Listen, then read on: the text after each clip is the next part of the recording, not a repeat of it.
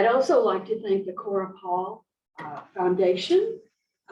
This foundation was endowed in 2002. Cora Paul, and we will remember her today, began her career as a rural teacher in Tennessee in 1932, eventually becoming an advocate and a leader for libraries regionally and nationally. In fact, excuse me, she testified before the United States of Congress about libraries on 6 occasions, and President Lyndon B. Johnson invited her to attend a spring pro-library legislation in 1964. She was president of the American Association of School Librarians from 1963 to 1964. And in 1966, she was appointed the first director of North Carolina's Division of Educational Media. I apologize for my coughing. I promise you I'm not contagious anymore. She became a member of our faculty in 1969, and she remained for 10 years until she retired in 1979. So we thank her and her family's generous donation to make this annual event possible. We're very grateful. I would like to tell you that we will be, after we hear from our main speaker, we will be serving lunch. There's coffee and water in this room here. You can exit the door and come around and go get it if you start to need coffee. Please feel free. I'm sure MT won't mind.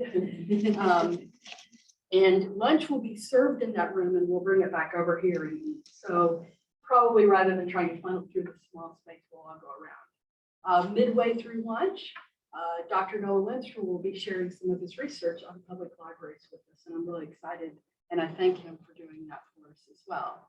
So that's our agenda. I am just extremely excited to welcome Marcellus M.T. Turner this morning. MT is originally from Mississippi and did his bachelor's degree at Mississippi University for Women and his MLS at University of Tennessee. We'll forgive you for that. Maybe you can be an honorary alum here. In 2011, he became chief librarian and executive director at Seattle Public Library. He has many notable accomplishments during that period. And during that period, the Seattle Public Library was named the Gale LG Library of the Year. He is now CEO and Chief Librarian of Charlotte-Mecklenburg since 2021. So we're very happy to have you in the state, and we welcome you and thank you for your time this morning. So join me in welcoming.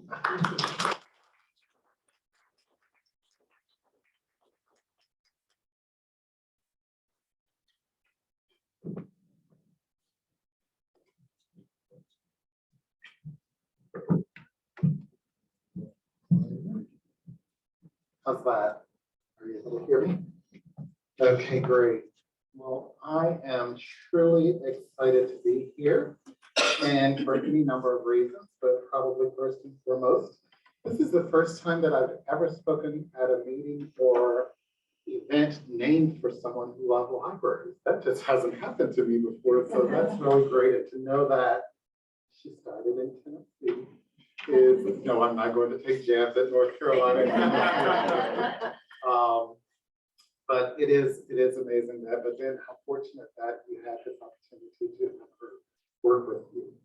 I am really honored for that. Thanks, Lisa, for this opportunity, and to the Cora Bomar Summit Committee, of however many of you that may have been, for asking me to speak to such an esteemed group of library professionals, lovers, experts, and colleagues. I also want to thank Tammy, because I'm sure that I will be calling on you sooner than later for help with this. To my search party, Michelle, Heather, Talia, Talia, and Abby, for coming and finding me this morning to get me from the parking lot to this building. I'm also excited about being here because, believe it or not, when I started at the University of Tennessee, at Mississippi University for Women, I was a nursing major. So to even be in a nursing building brings back memories and all of that. But I'm really excited about that. Want to set up an agenda for you, or a little bit of one anyway. I'll follow it as close as I can to the agenda that's posted there, but I'm old. My mind doesn't stay on the topic that's there. So it will meander away from that. I will start conversations and then forget half of what I was talking about. So I want to encourage each of you, anywhere along the way, say, you know, you were talking about this thing and you never finished it. Just remind me, it is that simple. I had it there for a reason. I wanted to speak about it, but for whatever reason, I got sidetracked. So I just want your indulgence and tolerance for that. I also just want to do a bit of housekeeping for the screens that you will see. I'm never sure what colors will be represented there, but there is probably an orangey red color that you will see throughout the presentation. Most of the time, that is my commentary on the topic as opposed to a Google definition or whatever. There is one place where it is not in effect, and I'll tell you about that a bit more. But I think that gets us going. I should also say that my definition is not legal or binding, so you can't hold me to that. But here we go. I know that many of you do not know me. You are an academic institution after all, and my work has been way over on the other side of the country in public libraries. But I do have roots here in the South. I've been away for about 30 years, but I've had chances to come back and visit, so I feel that I am at home. I do want to share a bit about myself first, though. I started working in libraries in the 4th grade in my elementary school in Mississippi. When you reach the 4th grade, the school required you to work in an office of the school. And I got the library. And that was a time when, well, yes, I got the library for 4th grade. 5th grade, I was either in the nurse's office or the counselor's office. I can't remember which one it was, but I was in one of the two. And then in 6th grade, I was sent to the principal's office. And I do mean sent to work, not sent to the principal's office. And that lasted about a week. And then they sent me back to the library. So I worked in libraries for 2 years, and believe it or not, I as Lisa shared, I had just moved here about a year ago. And right before I was leaving Seattle, I had found my certificate that they had awarded me for 4th grade for working in the library. And I so wanted to make this a part of the presentation, but it's in a lot somewhere. That will not happen soon.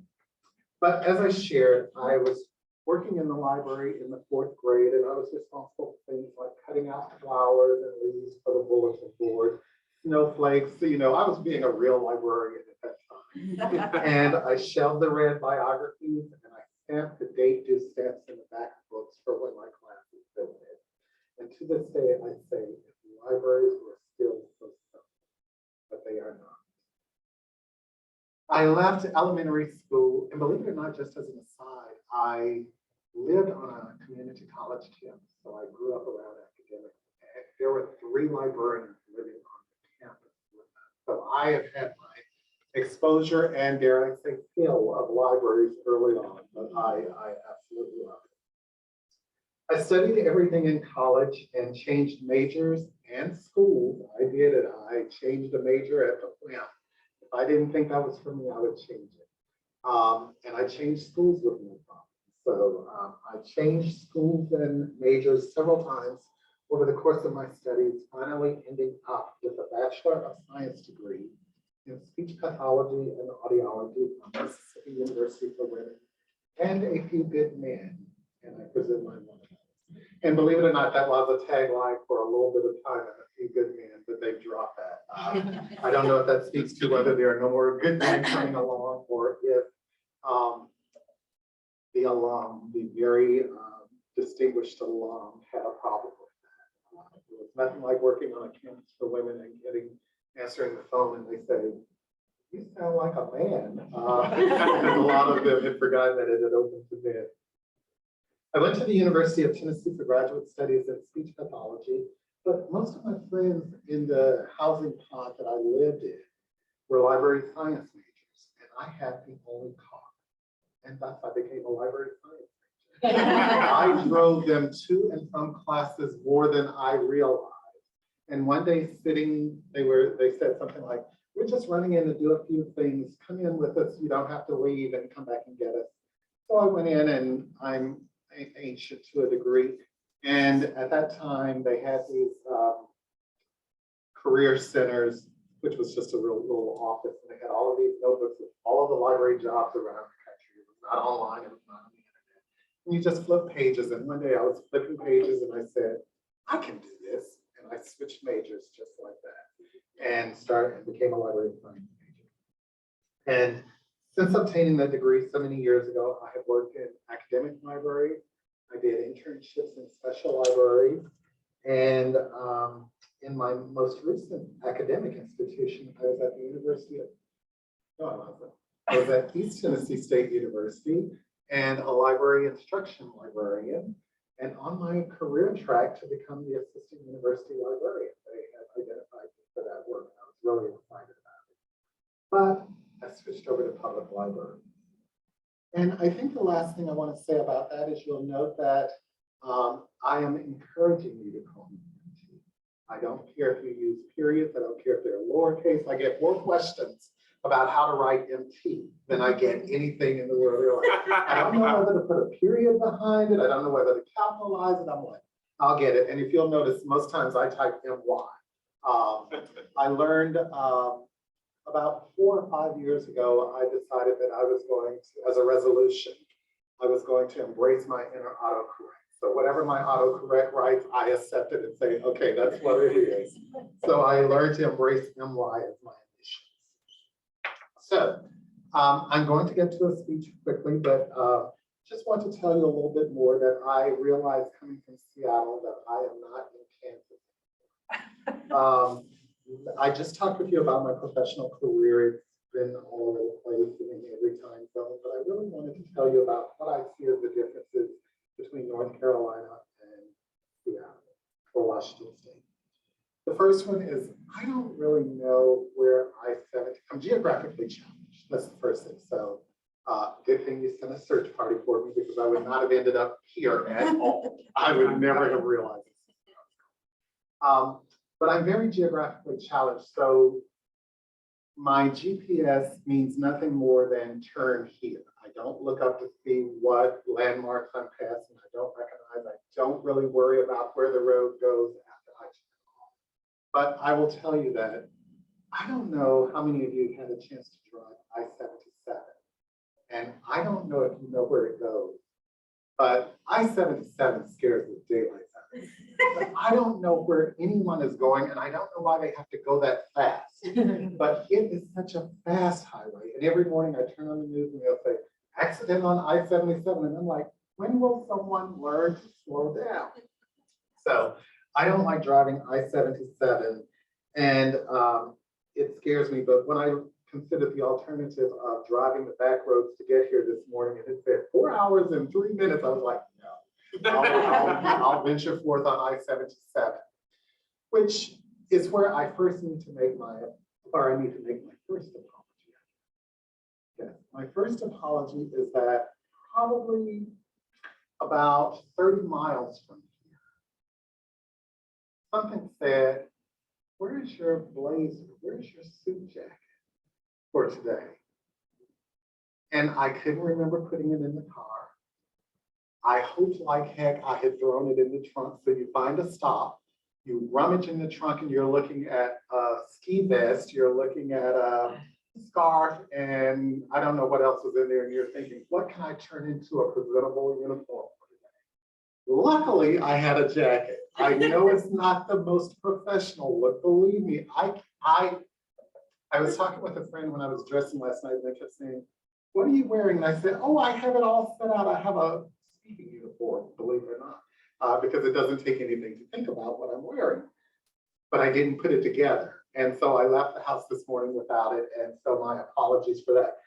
But it's not that I couldn't turn around and go back and get it, even though I was 30 miles from here because I left early enough.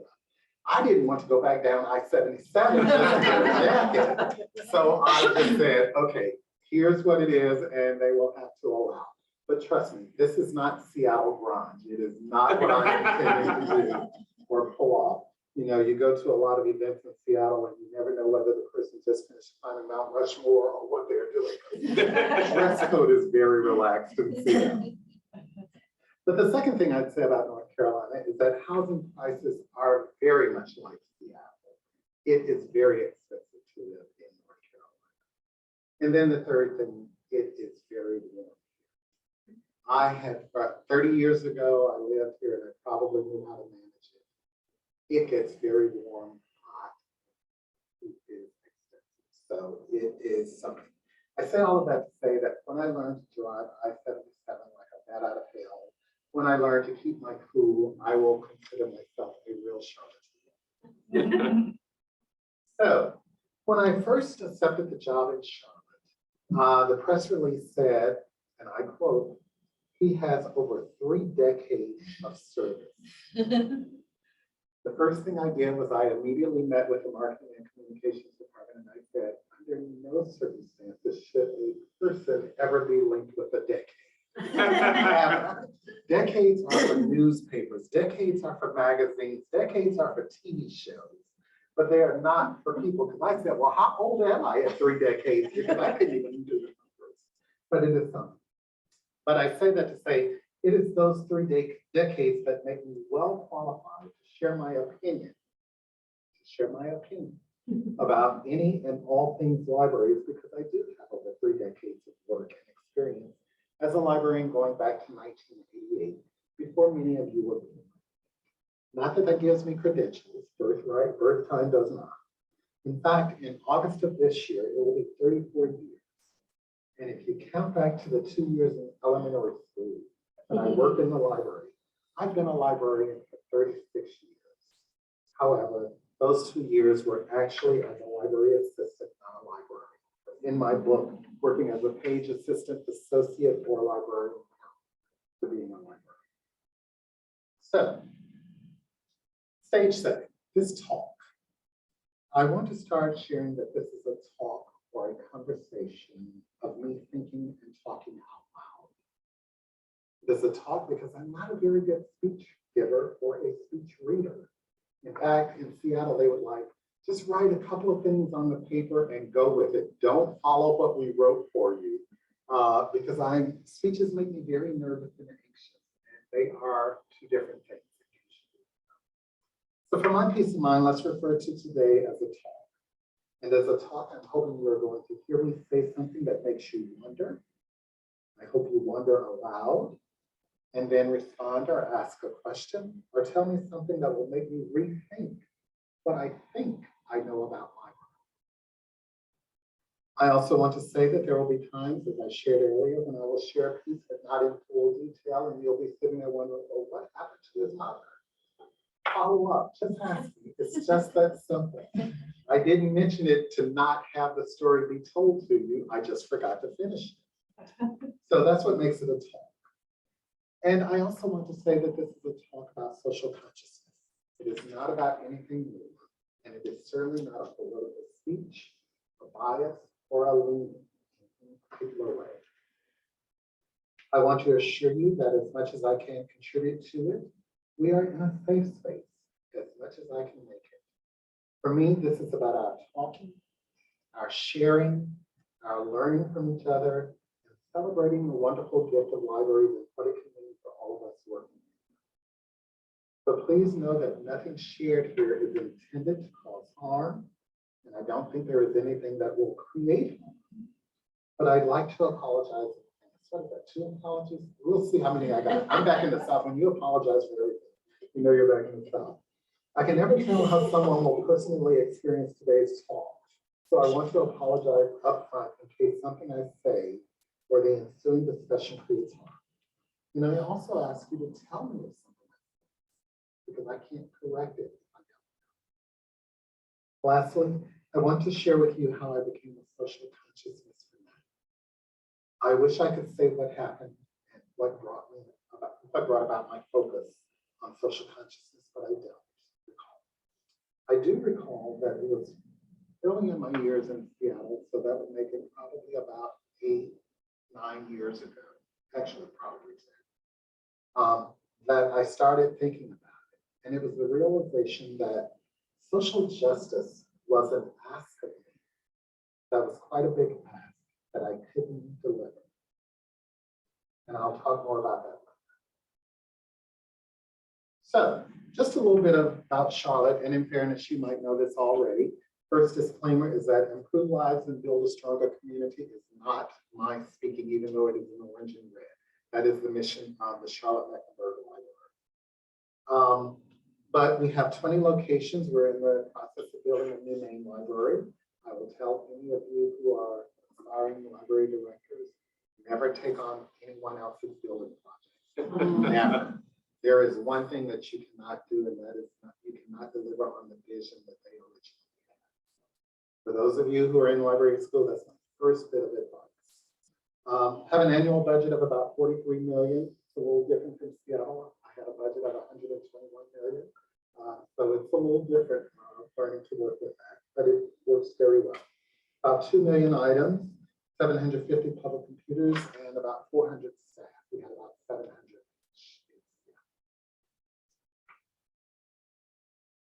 Like you, we have been challenged these last 2 years by COVID, but we are starting on our recovery. We went to curbside service and virtual programming, and we managed and monitored masks and staff and public safety. We even distributed COVID test kits. Having spent time in Seattle at the start and height of the pandemic, I can tell you that the work of frontline staff in helping us restore services was hard work. And I am appreciative of all who have helped us restore those services. But the pandemic was sobering in 2 ways with regard to library programs and services. I know that many of you wish and you hope that we could return services to normal.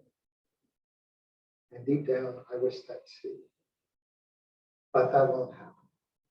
Something so life-changing doesn't allow it to happen. It doesn't allow us to return. So I'm not burdening the staff at CML with trying to return to something that we can't attain. It's impossible. Our public is not going to allow us to return to normal. I don't know what you may be dealing with in your libraries or in schools, but I still have a few friends who work in academic libraries, and they say things that are just so different from what they used to do. They say, we don't charge for printing. Can you imagine a student going back and saying, you want to charge them now? That may not come back. Many of us have had to clean keyboards between patrons. Customers do their own cleaning. You'll hear me go back and forth between patron and customer. I'm learning that in Charlotte we use customer. And so it takes a little bit of time after patrons, but trust me, both of those are a lot easier than one of my jobs where everyone was a guest.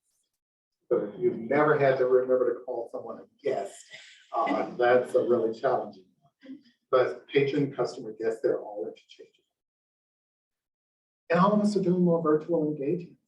Those things aren't what normal look like. And I haven't even begun to think about what telework is and how they will work in society. So getting back to normal may not occur. But I want to stay in my lane and say that our services are changing. Story times may never, ever again be in a large setting. They may never be again without someone wearing a mask. There may be a parent or caregiver who says, yes, I want to come to story time, but my kid needs to sit over here. So those things are going to change us, and we're going to have to figure out how to work with them. So what I say to our staff in Charlotte and what I said in Seattle before I left is that we're going to work to get people back to familiar. We want them to remember what it's like to come to a library, even though that experience may be different. We want them to know what it's like to attend a story time, though they may have to wear it. We want them to know what it's like to attend an author event, and they may be sitting a few seats apart, or we may be the number of people we can attend. But all of that is familiar. They will remember that. So if I can get the staff to think, how do I get our public as close to familiar as I can? I think we're doing amazing work. So our goal is familiar in how we can help the public use the library. So what do I wish to talk with you about today? It is the future of libraries. On the left is the far left is the that right? Yeah. On your left, I'm looking, okay. On the left is the library that I left on March 31st, 2021, the Seattle Public Library. And my office was on the very tip top floor, the left floor. So it was really cool. Have any of you ever been to Seattle? Have you seen the library? Well, my office was on the part that hangs over with nothing under. And the first thing my assistant said was, if we have a tornado, you need to go to the other side of the building where there's structure under us. And I have remembered that to this day. It was actually the tip I left on the desk for the person coming behind me. And you want to go to the other side of the building if there's a tornado, an earthquake, sorry. The library in the middle is our famed Imaginon Library, CML's flagship children's library. And the rendering on the right is the library we're building in uptown Charlotte, or hopefully as close to it anyway as we can make it. It's not my vision. And where I started working April 1st, it's an absolutely beautiful library on paper. I know that when CML built the famed Imaginon Library, and when SPL built the iconic Central Library, and as we build the new main library here in Charlotte, there were many who thought, and there are many who will think, that we are building a library of the future. And I think that some of us who work there thought that too. But let me quickly divest you of that thought, because the library of the future is only as future forward as the day it comes out of design development. And then it is current, and then the next day it is dated. And that happens quickly. And here's a clue. One telltale sign that we did not build a library of the future is that there are not outlets on every wall in every room. If you were building the library of the future, put a couple of outlets on every wall. But what libraries like Imaginon at CML and Central at SPL did, and what we are hoping we will do in Charlotte, is to liberate the idea of what a library can be. That is the most important. Liberate your idea of what is a library. And for that, we must be appreciative and excited about the new library being built. This is the Charlotte Mecklenburg Carnegie Library. I love this picture. We've been trying to figure out who in that picture was the director. We noticed that all of the women are on one side of the picture and the men are on the other. We noticed two bookmobiles in the back, but it's just an interesting picture. And of course, it's been colorized, I love that picture. But again, I want to talk about the library of the future. And I want to say that I want to talk about the future of libraries. And I want to share with you that it's not about the library of the future. It is not about whether our collections will be digital, nor is it about whether our furniture will be on wheels or how we will deliver services. It is about how the world changes around us and affects us as a library. And more importantly, how social interests are changing us.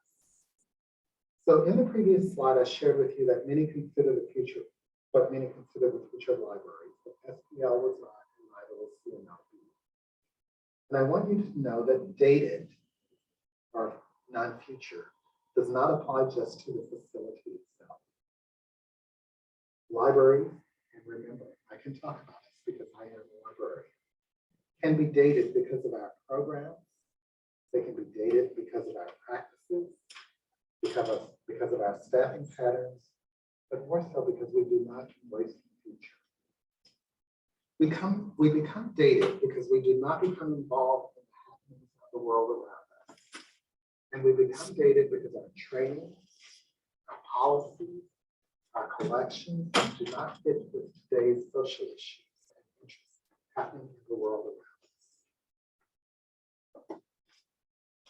What I wish to talk with you about is how the future of libraries depends on our ability. I just noticed that I left it. Thank you. I saw my glass of water sliding slowly across the desk as I passed it down. My apologies. Thank you.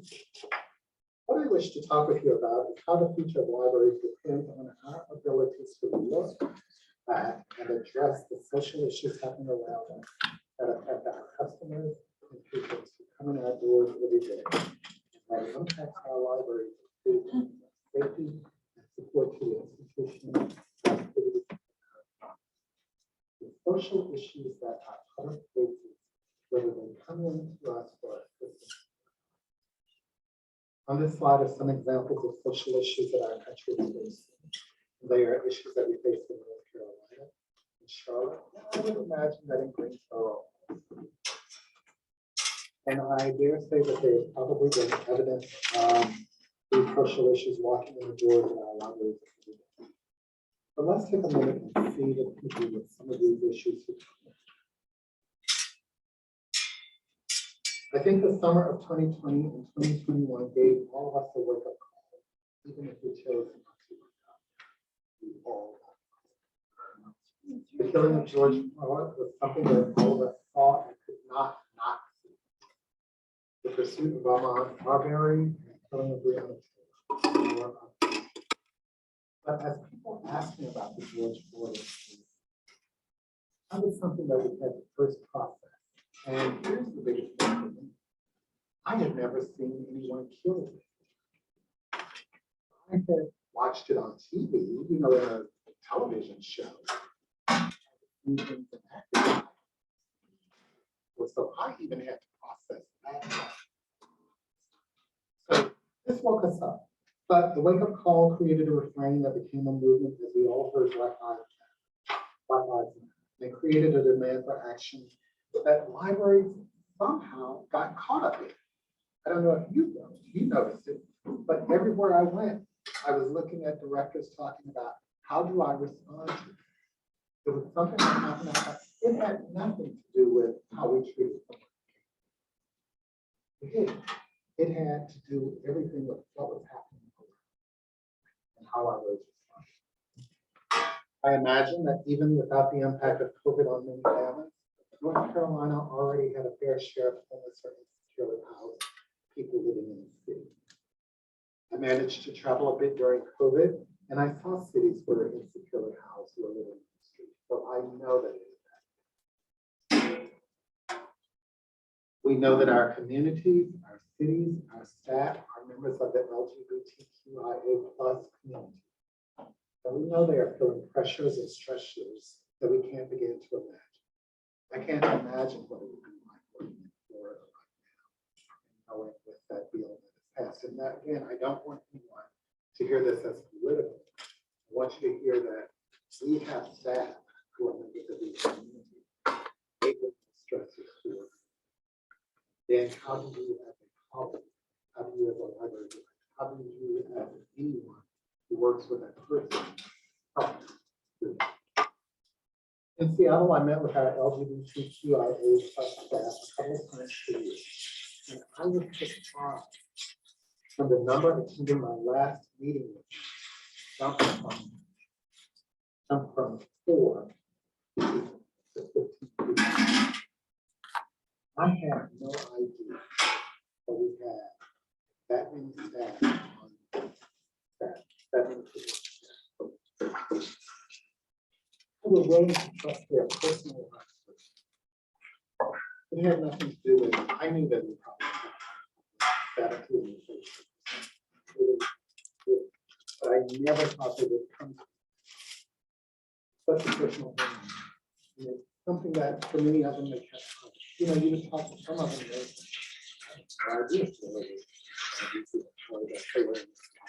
so I think it was very hard for me to recognize that so many people trusted their lives. I remember a staff member when I first started at Seattle Public Schools. I was only there 3 or 4 months. And they let me know that they were leaving. I don't know that I can come back. But there are little things that happen. And I recall the patron in the city. But I recall a patron in Atlantic City who came in our library just about 5 a week. And we never knew who we were going to sleep because he crossed it. Some days he came and he dressed in yellow. Some days he came dressed in female. And for those of us in the South where yes ma'am and no ma'am and yes sir rolls out of our mouths, we are there to eat them. We stumbled a lot, not knowing if we were getting it right. A gut punch. Just one more thing about Seattle. I started meeting, and it was a very private, so no one knew why these staff were. Just send a message to say, I need to talk to you. Make the decision whether they're going to tell their managers, tell their supervisors, etc. But in one of my meetings with them, I started talking with them about opportunities.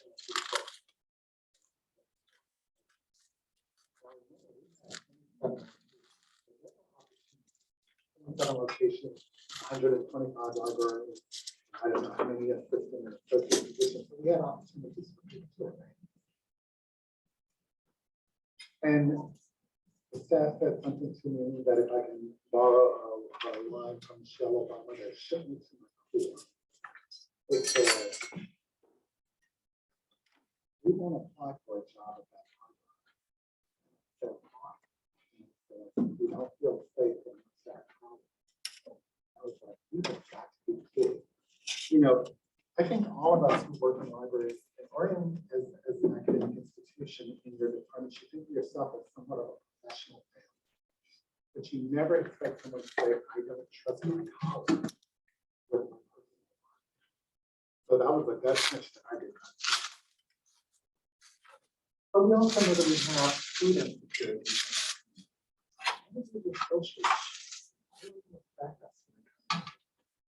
I know that Jared's students have a home, they come to work or come to school without food. That's why normally when I have a reception with food, I don't mind moving it. I'm like, staff, you don't do it. You'll move it out to the hallway. Because you know that they don't have food. And I know there was a program on, I'm surprised I only got the CBS Sunday morning today. I will do. I will do this. I watched it. But they had a story a couple of years ago about the story of students enrolled in colleges who did not have food. It was just an amazing story because I still dabble in academic. It was just amazing to hear that story about it. So I know it happened. We also know that there are many pressures and stresses that create emotional and mental trials and tribulations. So when I look back on these last few years, I recall staff and colleagues asking us, can we do something for the social issues that are occurring? And early on, I didn't know what I could do. It didn't see much being done. I heard the request and I wanted it. I talked about it too, but I never knew just what could be done. Or more perceptive.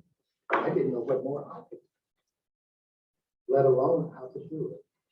What truly could I, as a person working for any of these issues? Okay. Now, I want to take a pause here and just do library basics. I know everyone understands how budgets work, but I just want to do it. This is a typical pie chart of a budget. I don't care if it's academic, I don't care if it's special, I don't care if it's academic. Most of the budget is going to go to personnel. If you're lucky and working in grading, your collections will be in there.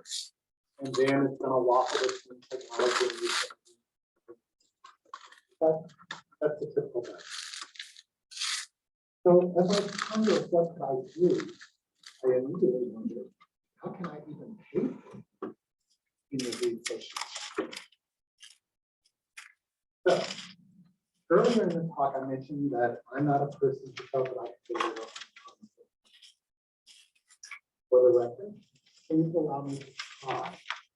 Allow me the space to try and explain. Before judgment is passed, before you decide to speak that you hate social justice, let me try to circle back and save myself. Look at the above definition of social justice, and we did Google that. And give me a presentation back. also worthy of hearing words. So I will Google mine.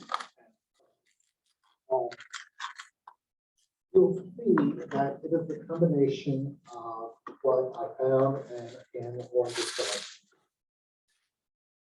Usually in social justice system, there is an expectation that there will be some form of remuneration or some form of equal treatment.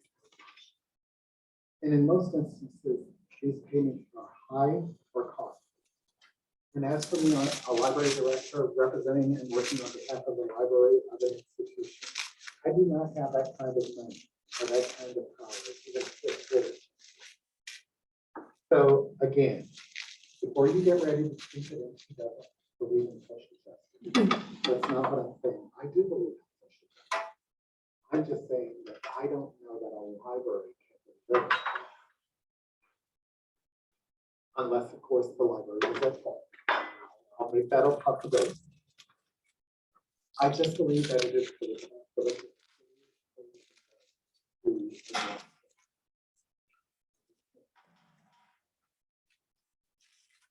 social consciousness, however, speaks more to what I see as an opportunity and work that a library. Now, as a disclaimer and in fairness,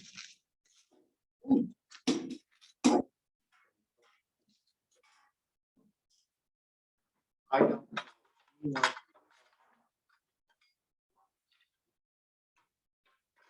That's what I realized. Someone said, well, what does that mean? I've got to come up with a definition right here. So I don't own it, but I really do think that I was the first one to at least apply it to life. I use the term social consciousness to see how we as librarians, the library directors, can and should help our customers.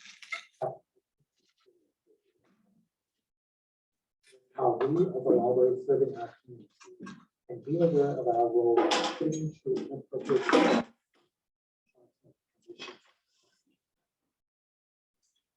If you will indulge me just a bit more and stop for a moment and expand your acceptance of my definition of social, I want to do an exercise.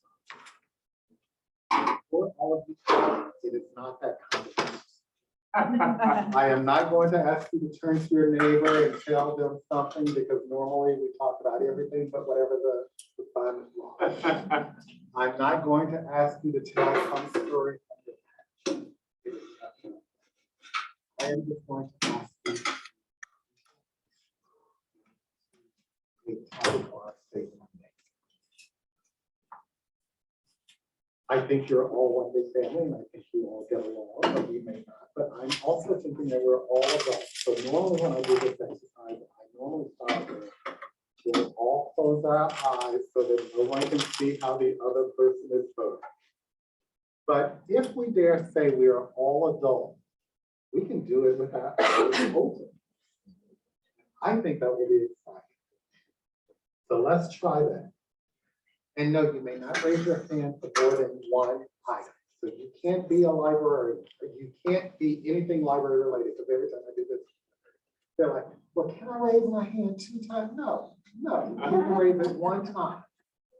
1 time. So I want you to raise your hand if you believe this is a matter or an issue for your institution, even if it happens in the city, it's not your life. This means you see these problems and you wish that you could do something about it. It means that you know these issues are in the minds of your staff, your colleagues, or the students or patrons, either personally or indirectly. You know that. You've seen a campus student organization bringing awareness to such issues. Your student newspapers run articles or op-eds by the president or chancellor. You possibly talk with a student or patron who came in the door. You've even talked with a colleague. You have implored your department head to give you money to do something. It is your research. You've attended a conference or presentation, today doesn't count, on one of these topics. So the first one, how many of you believe and wish that we could do something about homelessness? Okay, we're not gonna have many hands for the next 4 items that I'm going to get you to choose from. Okay, I'm going to relax the exercise. You get to raise your hand as many times as you like. Because you're already out. You're already out. It's like, I have no one, I'm talking to 2 more people. There's no one. How many of you wish libraries could do something about food insecurity? You know that those those customers coming in the doors have. And you know, I think about it too, because we're the most painfully polite profession I've ever seen. Someone walks in and it's like, oh, where's my purse? I'm trying to find $2 to get.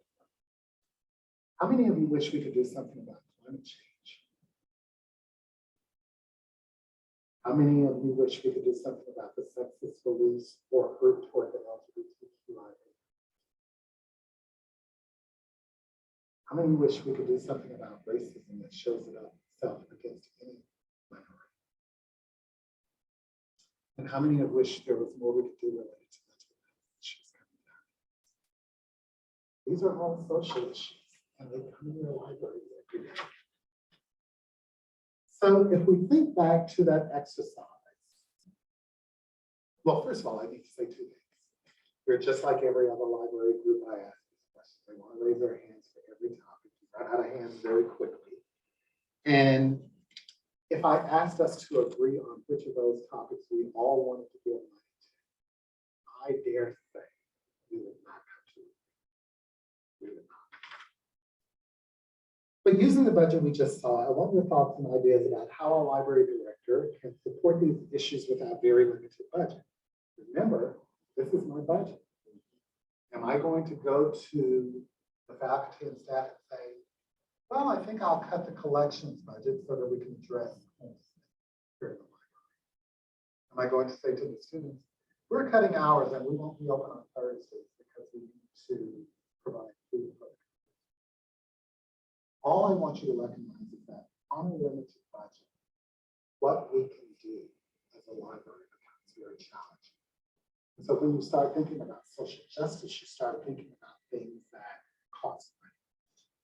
But when you think about social consciousness, you start thinking about things that you can do that are within your power. So here's a list of things that you can do within your power. You can write a new mission and vision. You can ensure that you have training for all of your staff so that they know what to say.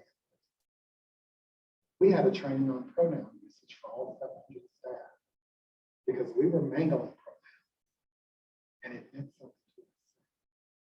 Training doesn't cost us money. If you think about it, there's normally some LGBTQIA+ agency who's willing to do that training for you. Or you even have staff who are willing to do it. Foundations and funding. They might get upset, but you can tell them, hey, this is a social issue we want to address. You can make social statements. Social statements are that's a rabbit hole that you can get down that can be a little scary because there's going to always be something that someone's going to expect you to write something about. In fact, my meeting next week is on how are we going to address social statements because we can't write one for everyone. Because when you miss one, someone thinks you don't believe it. So, but I just want you to look at that and say, these things don't cost money, or they already have money allocated to them. So normally I always get the question, how to get started. And here it is, or just do it. I turned it backwards because I don't want any of you to say I violated trademark or anything, but that is just do it. That's all you can do. You just have to do it. How to get started. There are lots of ways to get started. You talk, ask, and listen to your staff. You read the news and see what issues are facing your community. You look at what's happening in other libraries. You listen to your community. That's how you get started. And you take it one step at a time. And don't be discouraged. I want to show you a couple of other things that I think are really key. Oh, the other thing I want to go back to from this list is make sure your language is appropriate. That's the one I always forget. In Seattle, we didn't call our homeless customers, patrons, homeless. We call them daily readers. So if you heard someone say we have a daily reader, that's the vehicle level 8, you knew what you were going to. But it gave a bit more dignity to that person other than a homeless person. No one wants to be called homeless. So think about the language that you use. They were on a mission to have us stop using target. And we were trying to use prioritize. Because target is a negative word in the population. So just think about your language. Sorry, I always forget to talk about that. I just wanted to jump back to you. But here are the things that you can think about as you get started. Make sure everyone is at the table. Make sure all of the right people are at the table. There's a saying, not about us, without us. It just means that you can't talk about us if you don't have us. Case in point, when we started speaking to all staff in SPL about our work with LGBTQIA community, we realized something very clear. Everywhere we looked, no one used the letters in the same way. We didn't know what to do. And we said, look, we want to get this right. We want to make sure that we don't offend. What would you think should be newspapers and publications that we talk about it as on our book list? We just asked, and they told us what they told. They said to us, LGBTQ is good enough for us. And we were good with it. So what we said, we need to change it. Here's the other thing when you bring people to the table. Another case in point, our LGBTQ community.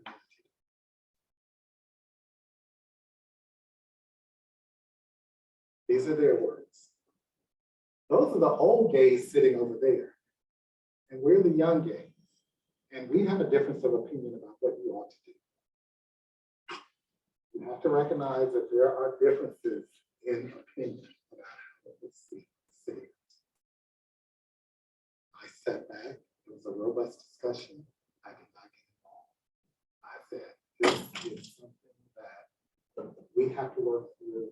But here we go, the old days, no, the seasoned staff who had worked with us, who just happened to be gay, could at least articulate the progress that the library system had made over the years and why they thought we were doing.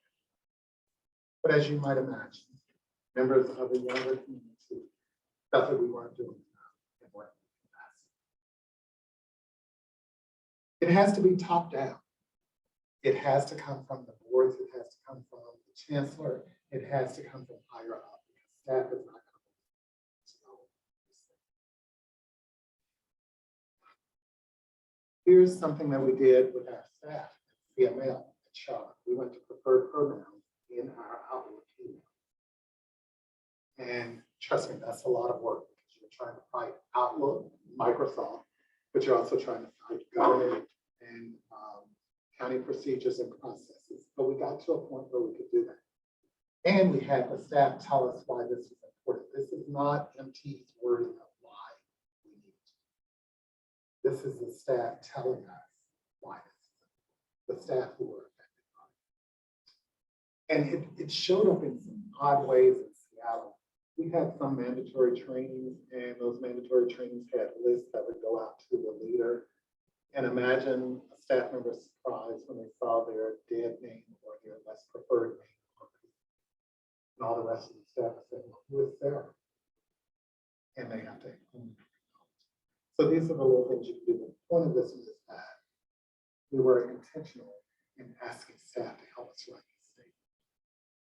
Here's another one, Ukraine. You do this out. Staff asked us to write a statement. Here's the one time I stepped in and said, I don't know that we can write a statement. Let me tell you why. I went to HR. I said, can you tell me how many staff we have of Ukrainian descent? Do you know how many staff we have of Russian descent? They said, no. That I'm not comfortable writing a statement that I don't know how it will be received or how it goes. But here's what I can do. I can make sure that we have book lists for every age group that speaks to the war. It speaks to the views of Ukraine. It speaks to Russia. So there are ways to make a statement without making a statement. But I'm sure that doesn't meet the need that we need to have met. And so we're going to have a meeting next week to figure out how do we write social statements for an organization. Now, it's a little different here in Seattle. We took our cue from the mayor's office, and the mayor wrote a statement on everything. There was an expectation that every department would have a statement on their own page somewhere. There was no way you could not have a statement. Seattle was a sanctuary city, so you have to, there are things that come with it. So you have to recognize that. So it was, the task was not as formidable in Seattle to do that. And again, it's not that we won't do it, it's just how do we do it such that it gives a nod to whatever issue the community is facing. And you do it because making a statement is an acknowledgement. If you don't acknowledge it, a lot of people think you don't care. In fact, oftentimes we don't care. There's something on one of those previous screens that the list of what you can do. This is called supplier diversity. You can eat more. How many times do you have events where you need to cater food and you go to your go-to? Our go-to is Jimmy John's. Does anyone work at Jimmy John's? I've been here for 12 months. I am so sick of Jimmy John's. I am just sick of it. It has more bread than I want. It has, and the sad part is I eat all the bread, but it has more bread than I want. But it's like, aren't we having a program to serve the Hispanic community? And isn't that a Mexican restaurant right down the street? Supplier diversity. You can look for supplies and you can look for things elsewhere, but eat local. It doesn't always have to be Jimmy John's. Now, the sad part about it is after 2 or 3 months, you're like, I could really eat a Jimmy John's right now. So I know that's going to hit me when I go back. Your social media presence. Many of our communities don't read the regular paper, read the newspaper. So think about all the ways you can reach your social media, social media. Partnerships. Here's something we did to serve the insecurely housed in Charlotte. We did Project Outpour. And Project Outpour provides mobile showers, provides mobile toilets, so that people can use the restrooms. We have it at 3 of our libraries. And I'm hopeful that they can continue. The sad part is that they're only on certain days. But, you know, for me, I like showering every day. And I imagine that many of our homeless and insecurely housed would prefer that. So we've got to think about that. We've also got to think about how do you help them after that? You help them meet their hygiene needs. And after 4 or 5 days putting on those same clothes, you've got to start thinking about that. So one of the things that we did in Seattle is that lost and found. Once things were lost and no one picked them up, we turned them over to the mission so that they would have clothes there that could be turned. So there are ways to keep this going. Affinity groups. Affinity groups are real hard in libraries. Affinity groups are groups where you allow people of a certain identification or persuasion and their allies to come together and talk about issues. You see it most often in the private sector because Microsoft can afford to let all of their Hispanic females come together at 12 on Thursdays. In a library, I'm like, you're asking me to let all the Black staff go from 12 to 1 to a meeting. I've got 20 locations, 3 desks in each location. The majority of our population is African, our workforce is African. I can't do it. So you have to think of ways to be creative about affinity groups. You can't do that, well, let's start at 8:30. Because if you want to meet before the library opens, I have to drive all the way south for a meeting. And then at 10 o'clock, I got to be back on the other end to start at my job. That's not me.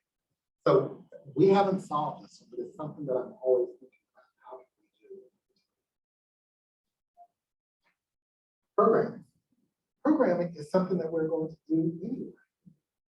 You can make sure that your monies are serving a affected communities. This year's Charlotte Read was about Brooklyn, a community in Charlotte that has become gentrified and actually changed to represent more of the needs of the city. But it was an African American community that has. But I want to talk about why it matters. It matters because in the end, it does matter. It matters to our funders. It matters to our partners. It matters to our staff. But more importantly, it matters to the people who come in our doors to know that we see it. It matters because we should care. We should care what our public thinks about us and whether we are representing their interests and needs. And when people know that it matters to us, they're comfortable trusting us. And then they use our services. So, Lisa spoke about this. If you haven't heard about it, please read it. And you know how they tell you when you stars, you see them in something that's scandalous happening, they say, I don't read the trade. Read the trades. You do want to know what they say about you. Trust me. Don't ever walk out of a room saying, I don't need to know what they say. Because once you walk in that room, everyone else knows what they said about you. And you're the only one who's sitting up there like, oh, things are going well. And they just read something like, no, things are not going well. You need to read it. So I was offered the job of chief librarian at the Seattle Public Library in August 2011. In 2012, I did a message to staff, not my very first, but one of the early messages to staff was. So I guess if it was 2012, I guess it was 10 years ago. I said to the staff, I want us to be socially conscious. That was my challenge. They were like, MT, but socially conscious. Is that the same as social justice? It took some time to talk. But that staff, all 700 stepped up to the plate. They thought about programming, they thought about things we could do, they thought about little things that we would make slides on, gave us language to use. They started thinking. And in 2013, and from that year forward, we were socially conscious. The only reason the rest of the world didn't know is we did not apply for library. In 2020, we applied for library. In 2019, we applied for it.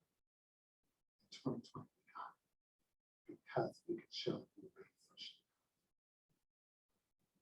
With social consciousness comes love. We won Library of the Year, public. We won Library of the Year, public. And helpful culture came to Seattle Public Library. So this might be the best place to share about council culture. And that's when we knew we were being socially conscious. But anyway, the first thing I want to share about council culture is that it's real. It is real. Don't think it's not out there. The second thing I want to share is that it comes real fast. On social media, it can eat you alive. It comes even though it might be directed to you as the library director, and yes, there were many calls for fire. I know. When you leave here, Google us. Don't worry about it. Google Seattle Public Library, and you'll see everything that went down. But even though they may have been saying, RT, get rid of the board, whoever made this decision, it affects every staff. It really does. And the third thing, everyone has an opinion on it, even if they live way on the other side of the country and don't really know what happened. Now, quickly, it happened for two, council culture happened for two really reasons. And I think I have this slide on it. I know where it is. I'll change the slide. So it happened for two reasons. The first one was a restaurant. And the second one was a wolf event. Restaurants. I don't know who in their really forward thinking decided years ago that children's departments should have their own children's restaurants. But it was a great idea. a restroom where you didn't have to worry about adults coming into the area. And really great, really great. We had a children's restroom in the central library. What we called it a family restroom, children's restroom. And the policy was written that no adults could be in the children's area unless supervised by a child. So that was our policy. And we had a caregiver who was, well, we had a parent who was in the library with their children every day and used that restroom. One day they came to the library without the children. And the restroom was locked. Has to use the restroom. And there's something about librarians.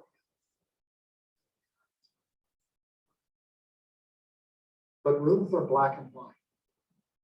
Rules are black and white. We're the best people to enforce rules. No, you were supposed to bring this back at 5:45. It's 5:46. You missed the deadline. We're good at rules. The caregiver did not, the parent did not have the time.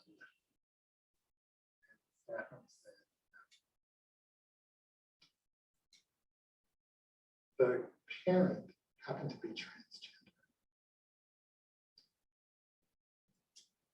Seattle, the city, has a rule, a law, that a person can use the restroom of their choosing. Doesn't matter if you're male or want to go in the female restroom, it doesn't matter.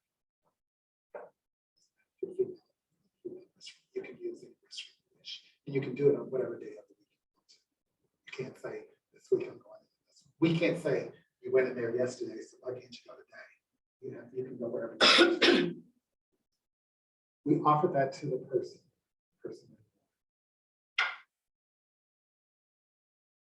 We called our security was called. By that time, a phone was pulled out and people started taping. And what made the news was Seattle Public Library denies transgender the right to use the restroom. Not any restroom, just denies the right to use the restroom. That took off like hotcakes. We had never denied them. We had never said anything. We just said, here's the restroom. Here's the second bit of advice I'll give to one person. 9 times out of 10, I'm never going to know what you can. So if you need to break the rule, I'm not going to come in and say, what did you do? I might say, here's what I do later. But 9 times out of 10, I'm not. So we enforced the rule, person got upset. We made amends and things went okay for a while. And then Wolf came. I don't know how many of you are familiar with the Women's Liberation Front, but they decided to use, they wanted to use Seattle Public Library. They have been making presence since in Toronto and Vancouver. And in both of those instances, the libraries allowed them to use it. When they came to Seattle, it came in the regular way. It came in usually. No one thought twice about it. No one looked at it, no one said anything. We didn't know who the heck was. A person at the local paper looked at our calendar and made this grand show and said, oh, it's great that Wolf is coming. 2 seconds later, social media break. And they were like, we can't believe Seattle Public Library is going to allow the Women's Liberation Fund who believes that trans women are not meant to use our means. And that's when it hit me. And this was 6 months after we had won Library of the Year. And everyone was like, we want to give our libraries that had won the award were like, we're giving our award back. I'm like, are you crazy? This award means a lot to the library community. social media get us. At the same time, the ACLU came out and said, if Seattle denies the use of this meeting room, we're going to sue them because you can't deny the use of it. So then no one was happy with that, but it sort of made some semblance. So then the tactic became, we're not safe. The trans community is not safe. So, because they do not believe in trans women. Now, for the record, Wolf had said, we do believe in trans women. We're just an organization that caters to gender-based women. You want to create your own trans women's liberation fund, go right ahead. So we then looked at what Vancouver and Toronto had done. And the Proud Boys showed up at both of those events. So we were like, we can't have this. So we then called the Seattle Police Department. Seattle Police Department said, we've been tracking on this and we know it's coming, so we're planning to be present. Trans community said, do you know how many people have died? How many trans members have died at the hands of police? I mean, every measure that we took was something that there was a reason why that was not happening. We had the event, and thus everyone wanted to cancel Seattle. I share all of that to say, cancel culture happens when you're doing something that actually butt up against the basic tenets of librarianship, intellectual freedom, and right to use public spaces. So it doesn't get any easier, and you're going to make decisions, but you're going to have to make decisions in the right way with the right things that matter. So then it became, you don't value, to me, you don't value our health and safety over intellectual freedom. And by the way, you aren't so neutral anyway. You know, I mean, you start getting everything, because libraries say we're neutral, but those things happen. We had the event, went off without any shootings, any fights or anything like that. We did have to remove some people from the event, but we had to do that.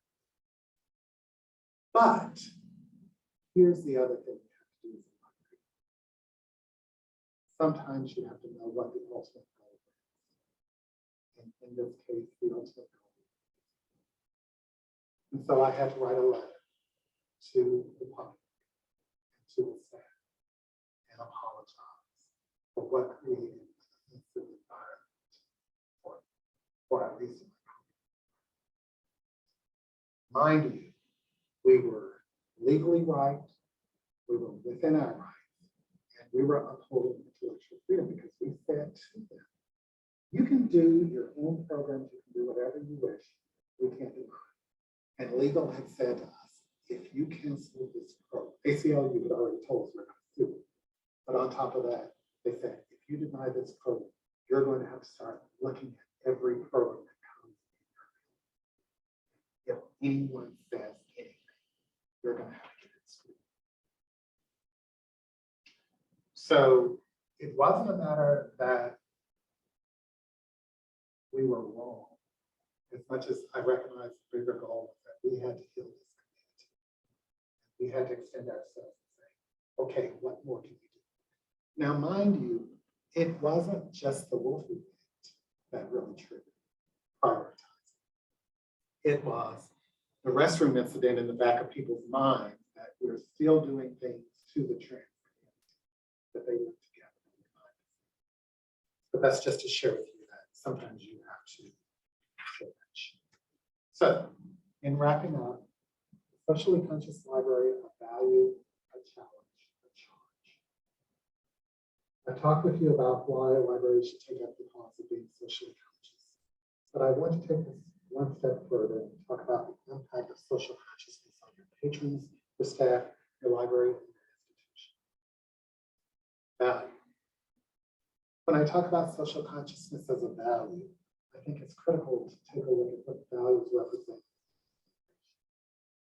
Every library I know has some form of a mission, vision, and value statement that we all hang on the walls of our web pages and organizational stationery.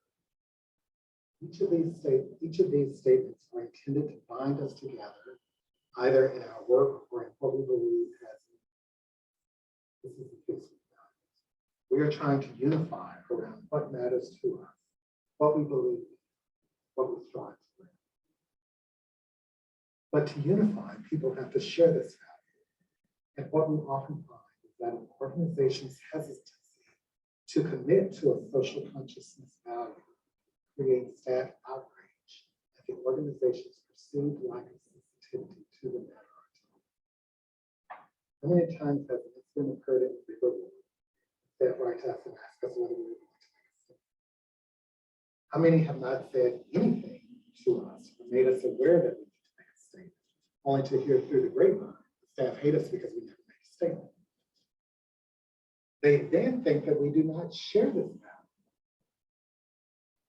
And they are surprised because they believe that our working in our library creates a shared value. They think that because we work together, we have a shared value. I'll give an example. There was a movie out a couple of years ago,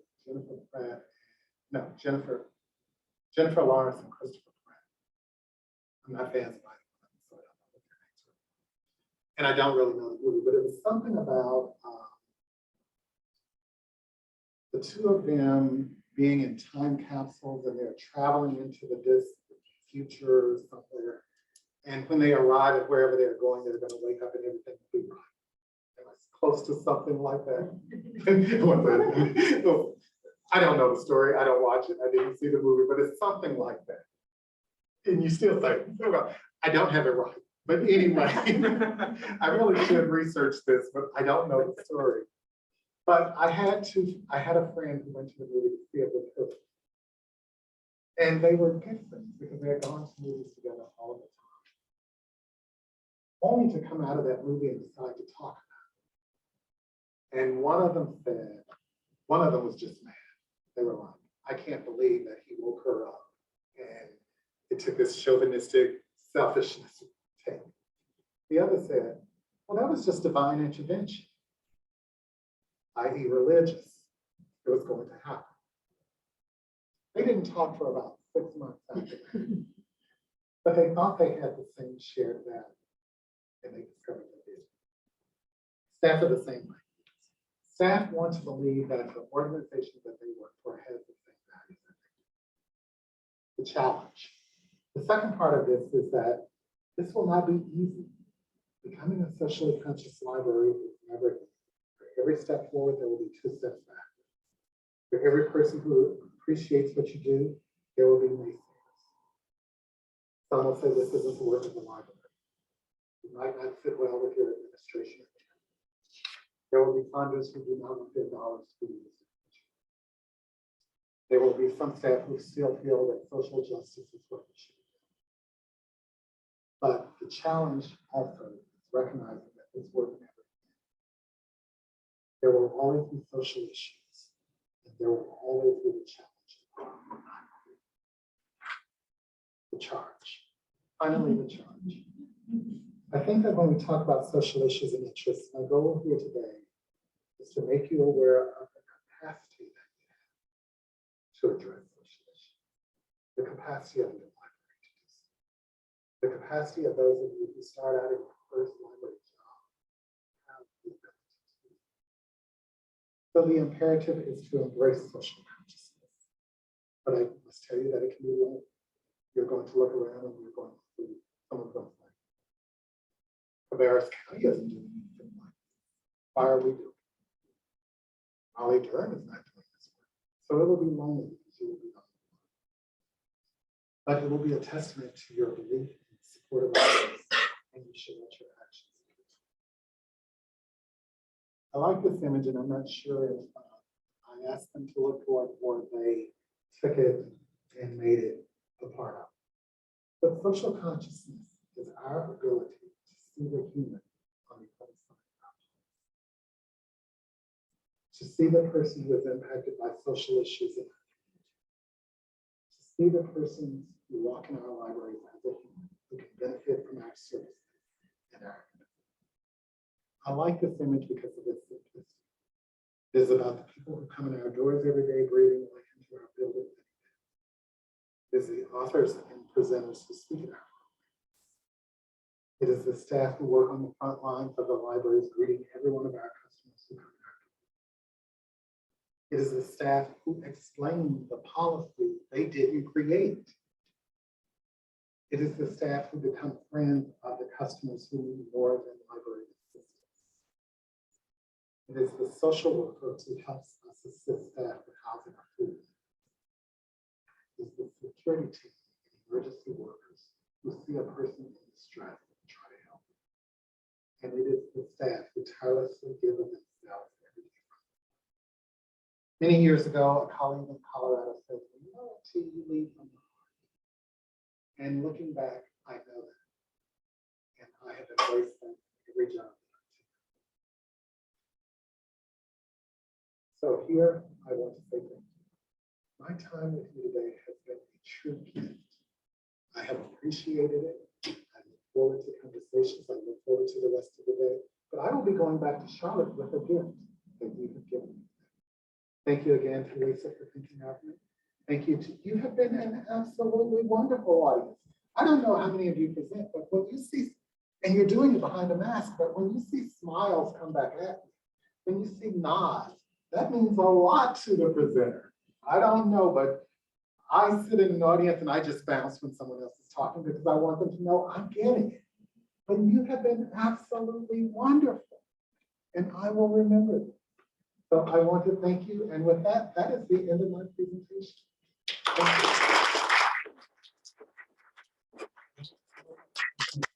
We do have a few minutes for Okay. questions, and we will go between taking questions from folks in the room and from folks online. We can switch back and forth if we have a lot. We can start with people in the room. I have a question. So you're talking about like food insecurity and homelessness earlier. So is there, I'm just asking this because this was a scenario that the library that I went to when I was little. Are you doing anything for, or do you know anything about helping children who might have homelessness or food insecurity problems? So Could you repeat Sure, the question sure. for the online listeners? Sure. So the question that came forward, and I'm paraphrasing, so if I don't get it right, please correct me. The question is, what do you do? What do libraries do? Or what can be done when you discover that there are children or kids, or I would even dare say teens, who are experiencing, homelessness or food insecurities? I'll say this, in two ways. One of the things you can do, and you always have to be mindful that a caregiver or someone is present so that you don't appear to be doing something intentional. Most of us have some snacks somewhere in our building that we can use. You have to be careful with that because food allergies and all that. I'm just talking in generalities. You can invite them into programs. You can talk with them. In Seattle, we had social workers on our staff. Last year, right before leaving, we hired a social worker just for children and teens because we recognized those were two different populations. So they can help with housing. Because here's what happens with librarians. When someone comes up and says, I'm insecurely housed, the first thing we do is we Google it and try to find the mission. Having a social worker, someone can say, hey, I know Eric at the mission. Let me call Eric and tell Eric that I have someone. They can help carry it forward. But those are the types of things that we do. We try to politely inquire about them, because the last thing you want to do is get some parent or family in trouble by saying, here's someone without food and I need to call the police, because that makes it a lot bigger. So we try to do those up and on things. And what happens if you have someone who loves you every day and comes by? Not that bad. I can save some chips for my lunch. I can do that. But I think what the bigger question is what can the organization itself do for all of them? And it might be we buy and keep a supply cabinet of snacks. Yes? I had a question. So in an LIS institution, we're always interested in what we can do to support you and in this vision of socially conscious library. And so I'm really curious, if you could wave a magic wand and create an MLIS curriculum from scratch, what would you like to see? What could we do better to support your vision? Sure. So I'm so glad you asked that. I sat on the board of the University of Washington's Library School, and I sat on the board of visitors. I sit on the board of visitors for the University of Tennessee Library School. The first thing you can do is do not call it social justice. And I may not have swayed anyone in my presentation, but I also want you to just recognize that social justice is something that a lot of students climb onto and are relentless in trying to force something that sometimes we can't do anything about. But if we can talk about it from a social consciousness perspective, a class, I think a class is a really great tool to use. I don't know who teaches it. I don't know how it's staffed, but I would definitely say it has to have opportunities for partnerships and teaching guest lectures or something like that. I think it has to, when I was in undergraduate, we had a speech pathology class, and sometimes we were challenged with things that were very uncomfortable. But I would encourage that class to have opportunities to talk to people who are experiencing some of these social issues, to make them aware. Look for ways to extend programming to these communities. Look for ways that they can be voices of it. I don't think it has to be an incredibly long class, meaning a semester, but maybe once a week or something like that might be ideal. You're really trying to expose them to the concept of social consciousness, but you want them to go out recognizing that in order for people to use us, they have to trust us. In order for them to trust us, they have to know that we can see them as humans and the experiences that they're in. So that's what I'm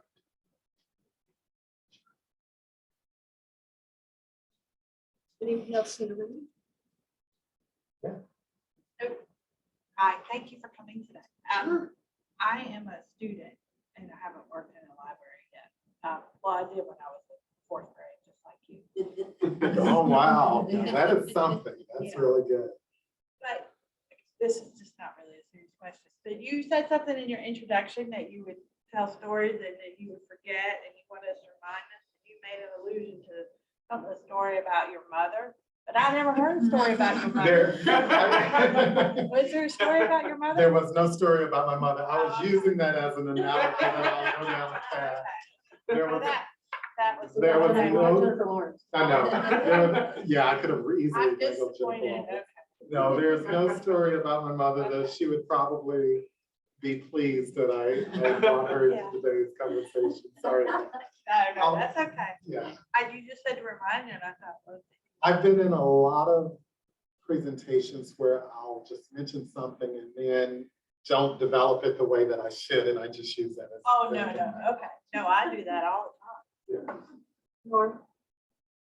So, I'm Nora Bird. I teach collection management.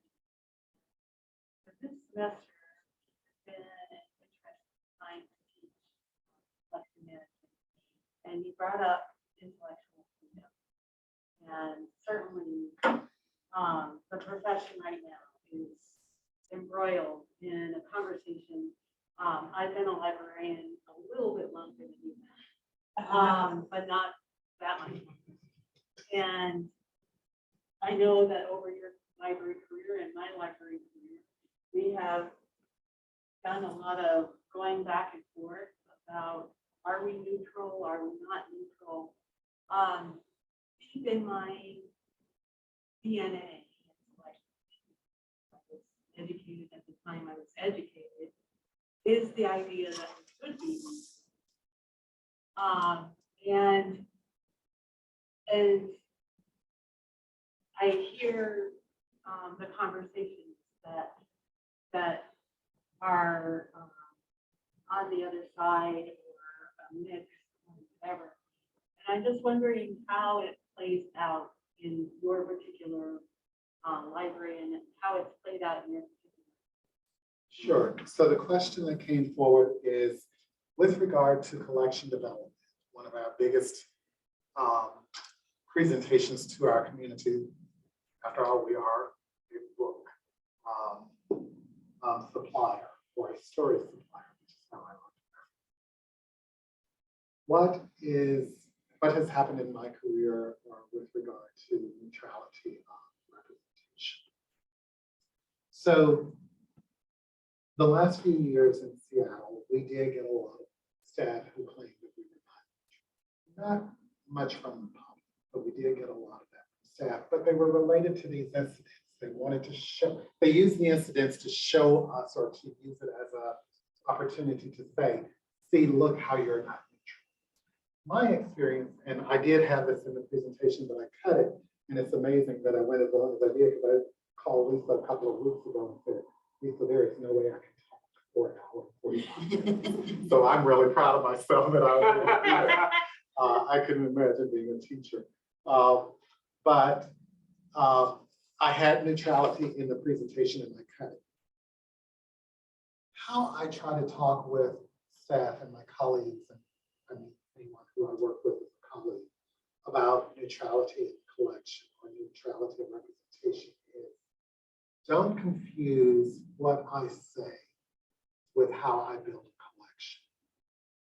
I don't believe that any library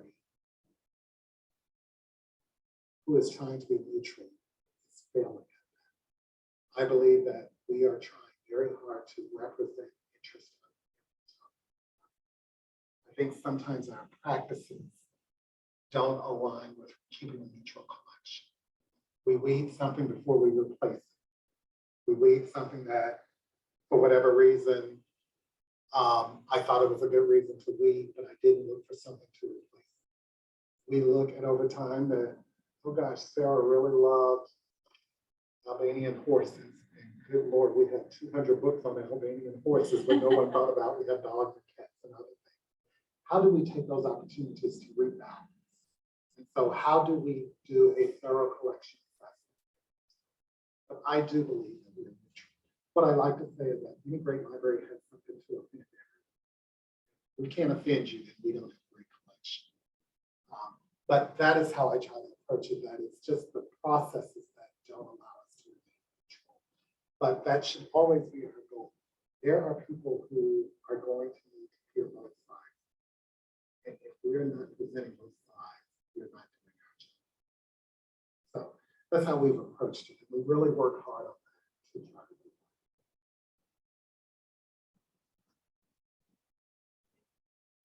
that. The online community does not love me like you do. So it is quite all right. Any final questions? Do you have any tips for students starting out in their career? So I normally, well, I've often been asked to speak at college commencements of library schools and have a whole paper. The first thing, I'm trying to remember some of the things that I've said. I say a couple of things. The first one is, and I don't know about here, but I imagine it to be true. Our library school in Washington State was in Seattle. Everyone graduated and they wanted to stay in Seattle. They wanted to work in Seattle Public Library. We don't have enough jobs for everyone who graduates. Go back home.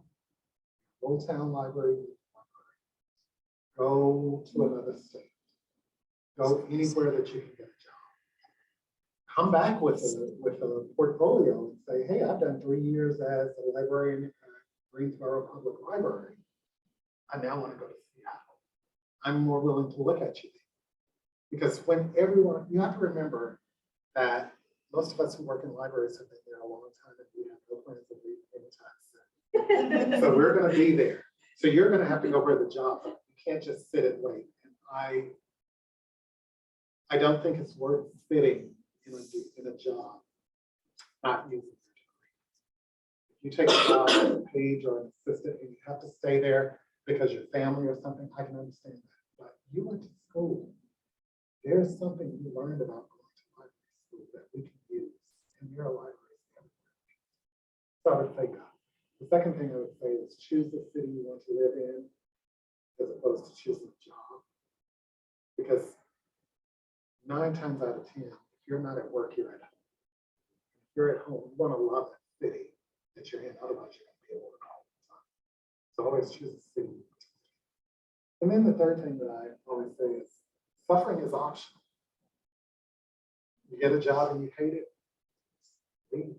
You don't have to stay in any job. Suffering is optional.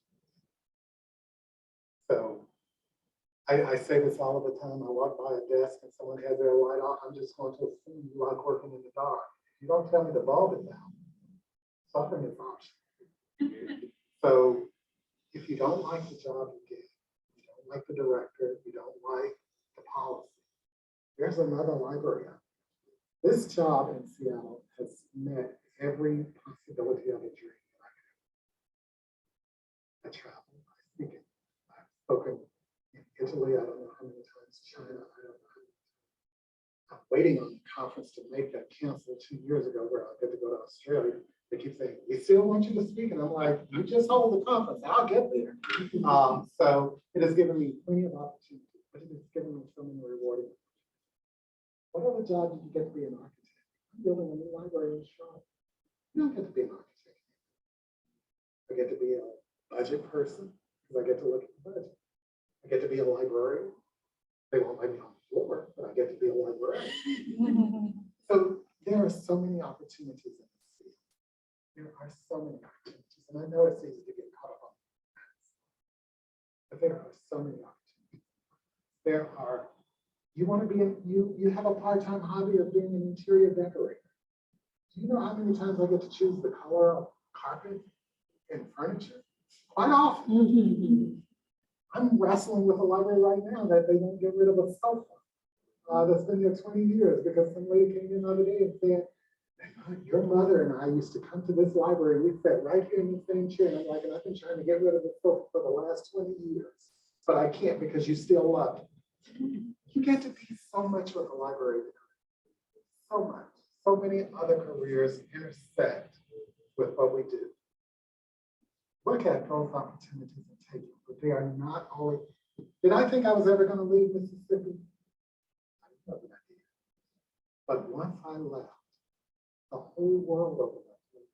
I've been a librarian my whole career. I've never done anything else. Never. But I've never looked for them. I said, oh, wouldn't it be great to do this? I don't want to go back to school. So I'm looking for opportunities. But those are the 3 things I would say to you. Suffering is optional.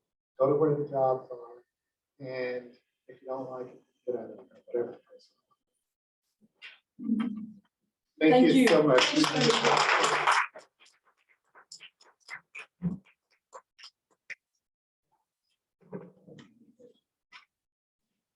Those of you who are online, I'd like to invite you. We're going to have the Beebe Kovacs Alumni Award presentation for a few minutes, and then we will break for lunch. But I'd like to invite you to come back at 12:20. Dr. Noah Linstra is going to be sharing some of his research on the public library at that time. So please rejoin us. For now, I'll introduce Tammy Brewer, and she is going to present our Beebe Kovacs Alumni Award. Thank you.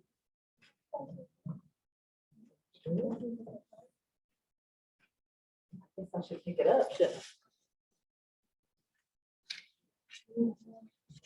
That would be great. Be my team. I feel so special. You are so special.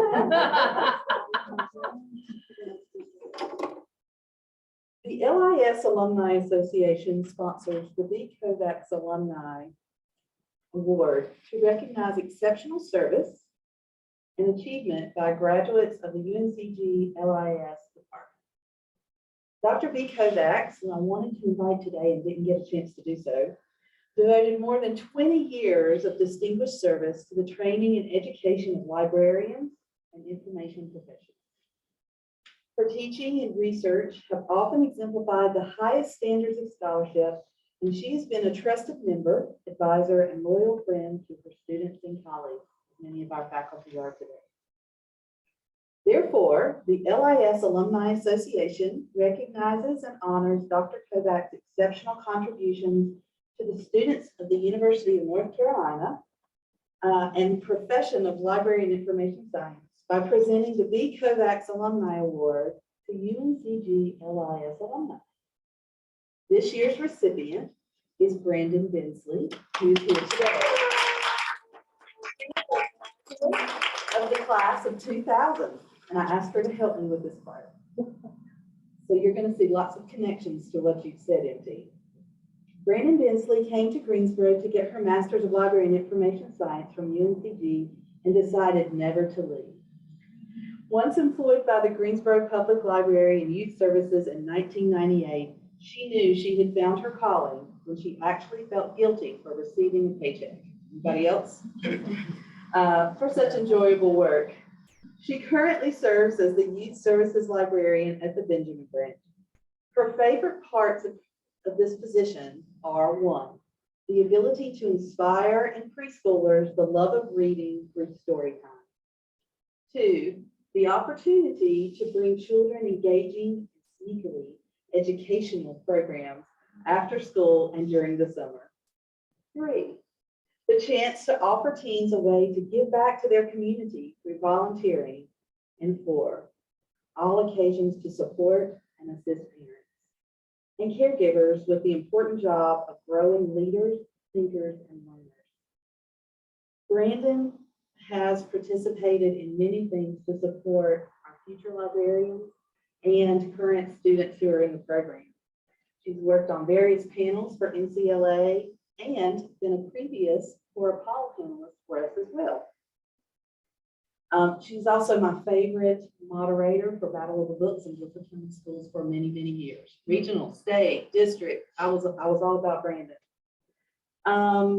She is also a guest speaker in many of our LIS courses to tell others about our public libraries and what life is truly like in them, as well as an alumni speaker for LISA, our student organization. I even asked her a few semesters ago to do a special story time for featuring UNCG for homecoming for our students, which is just amazing. And you will see on this particular page, we won't show you the video, she might. But we would like to present, Brandon is truly an amazing librarian and exemplifies the standards and values of the B. Kovacs Alumni Award that it represents. So welcome, Brandon. I'm wearing the exact same dress, I just realized. We have a few things for you. So 1, you have your nice pretty award. It will go in your office that hopefully you won't have to rent from the earthquake.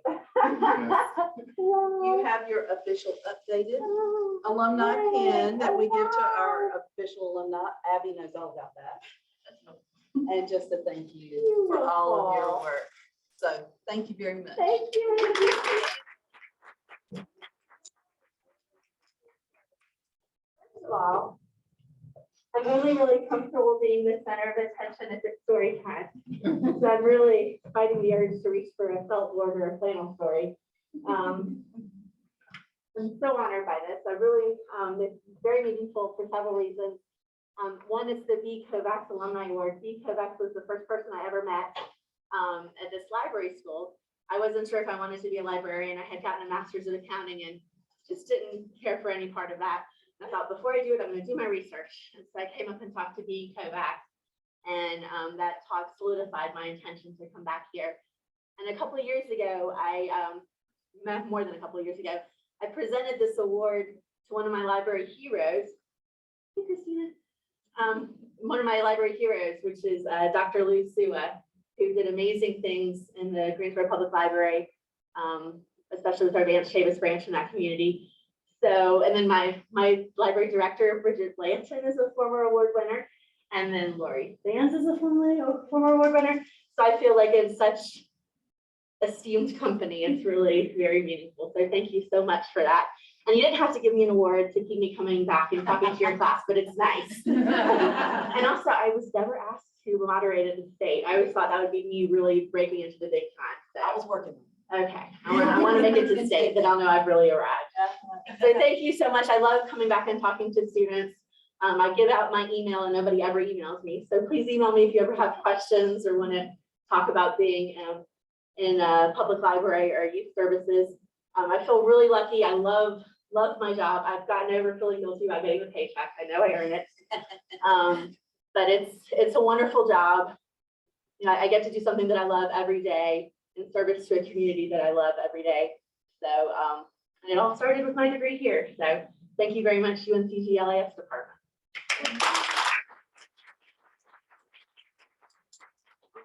Excited that you're here. We were hoping her boss would let her off this morning, so I'm glad she did. We're short-staffed, which might be a familiar phrase for some of you. And if you want to see any of the history of our program, of the alumni, we now have a website for that, and you can see all the past winners as well, since you put that on there. So if you have questions, email the lis@uncg.edu and we'll get you that information. So thank you very much. Thank Brandon. you. I want to say that I came as representative of the community of Storytime moms. I have a 17-year-old and a 14-year-old that Brandon has shepherded through reading. And I'm very, just a gift in the community. Yeah, we agree. Professional position was at the Glenwood branch. The Glenwood community was just fantastic. That was the start of my love affair with being a youth services librarian. Thank you. Thank you for Dr. Litzer, who's been awarded promotion and tenure.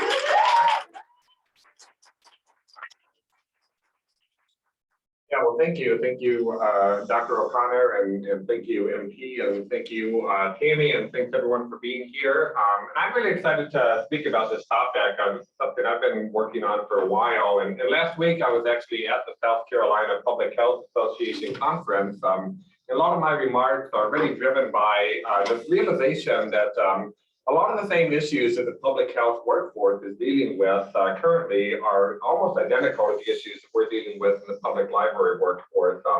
And so what are some opportunities for us to not only learn together, but also serve together? Oh, and the clicker is, that's not working. Not clicking. We'll keep going.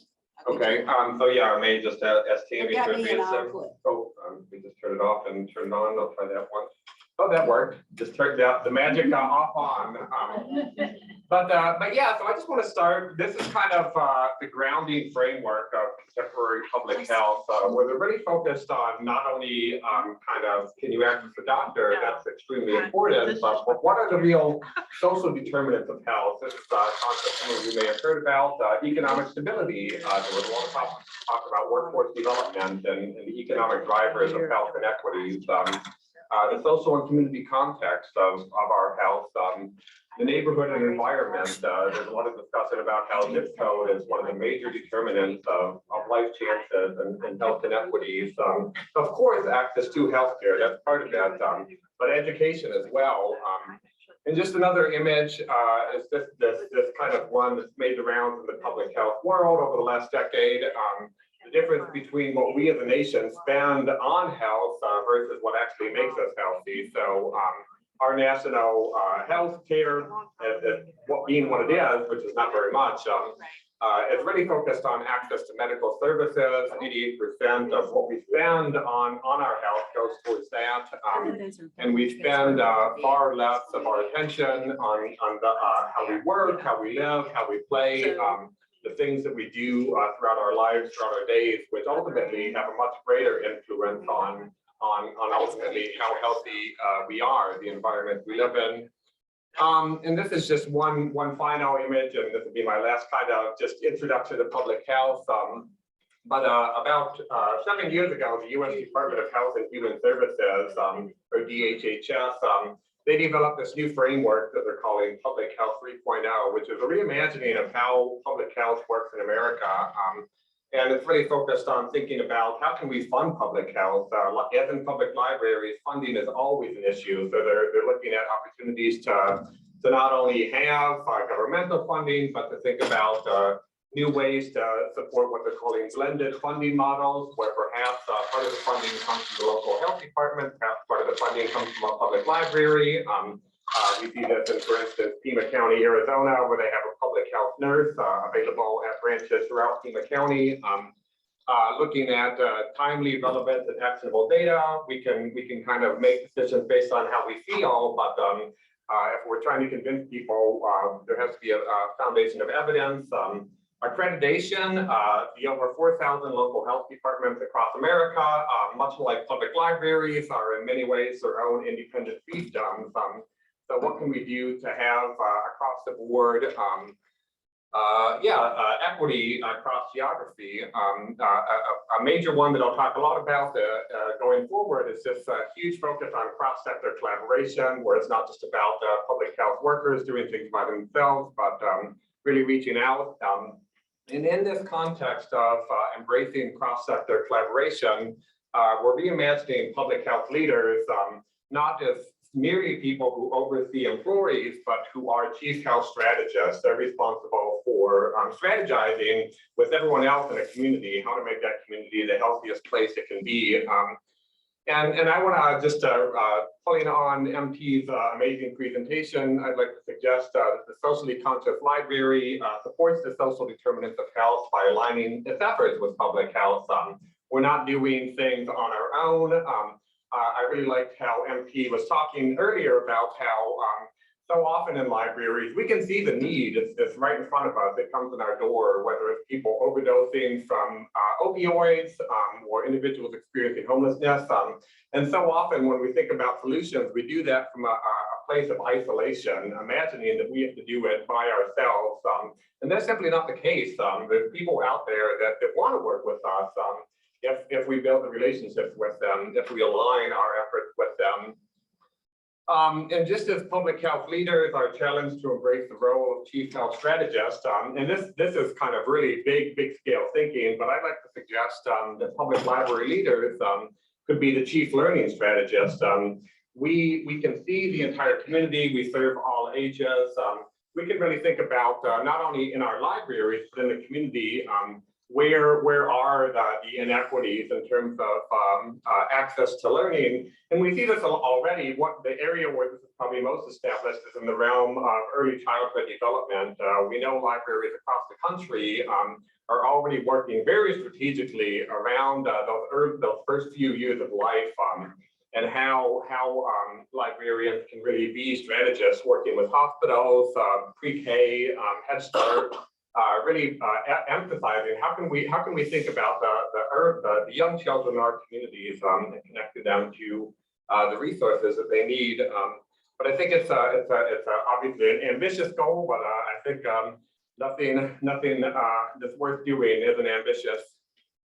And so what could it look like? What are some models that we can point to where this is happening?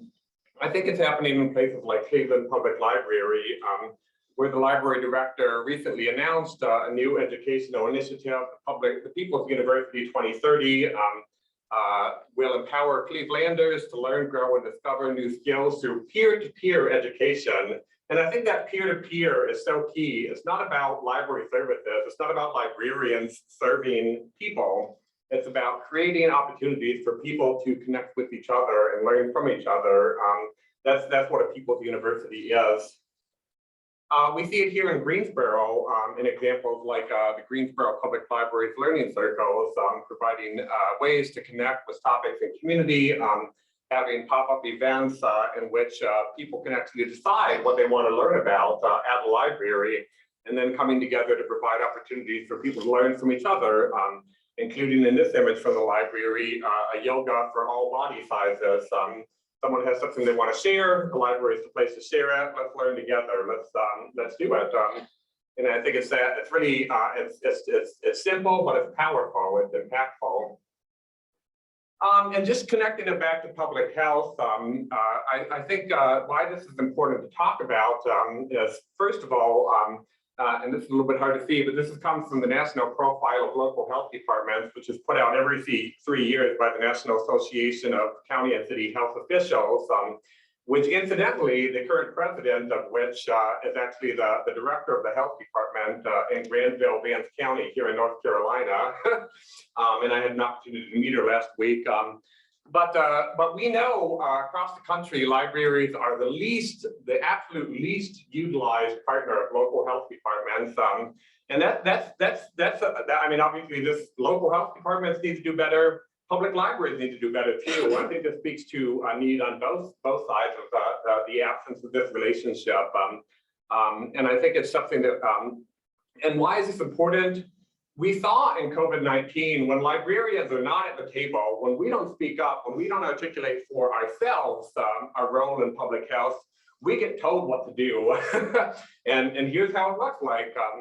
Librarians in Denver told to give out free K95 masks, but the program's rollout led to confusion. No one knew what was happening. Washington, D.C., the public library is the latest place to pick up a coronavirus test. Librarians are overwhelmed. Here in Raleigh, Wake County, librarians joined the fight against COVID-19 as contact tracers. These are not jobs that librarians volunteered for. We can find identical headlines before the pandemic around naloxone and opioid overdoses. And I think we sometimes put our heads in the sand and say, we don't care about public health. That's not what librarians do. If you want to work in a public library, you cannot escape this. You cannot we're not kind of the classic, the people on the hill, the people in Boston. Anyway, yeah, we're in the world. We're not separate from it. And so it's important to talk about because if we don't talk about it, this is what happens. And I also think it's important to talk about because from the public health side, there's increasing interest in working with public librarians. And just one example of this, this is from the Nation's Health, the quarterly publication of the American Public Health Association. Front page news, libraries, public health work together on community health, with the image of that collaboration being a yoga class at the Boston Public Library. And this was the fourth read story in 2018, according to APHA's metrics. So people across the country were reading this, they were sharing it, they were talking about it. There's a huge opportunity to really start building those connections and alliances. And what could it look like? So that's kind of the stick. What's the carrot? The carrot is that you can reach more people. And this is one of the examples that I've looked at in my research in Harris County, where Houston, Texas is. I've spoken with both librarians as well as the gentleman on the left here, Jerry Miller, who works with Harris County Public Health. They have a really strong relationship in Harris County between public health and the public library. And one of the things that they were able to use that relationship for was, it says here, 3 Harris County departments unite for an innovative collaboration that uniquely demonstrates the high-tech, high-touch concept of using technology in a way that embraces our humanity to connect with the community. The health department, they took their kind of mobile health vehicle to the juvenile probation department to help support programming that was led by librarians around connecting the most vulnerable youth to opportunities to imagine a better future. And this is the type of thing that the library couldn't do on its own, public health couldn't do on its own, the juvenile probation department couldn't do on its own.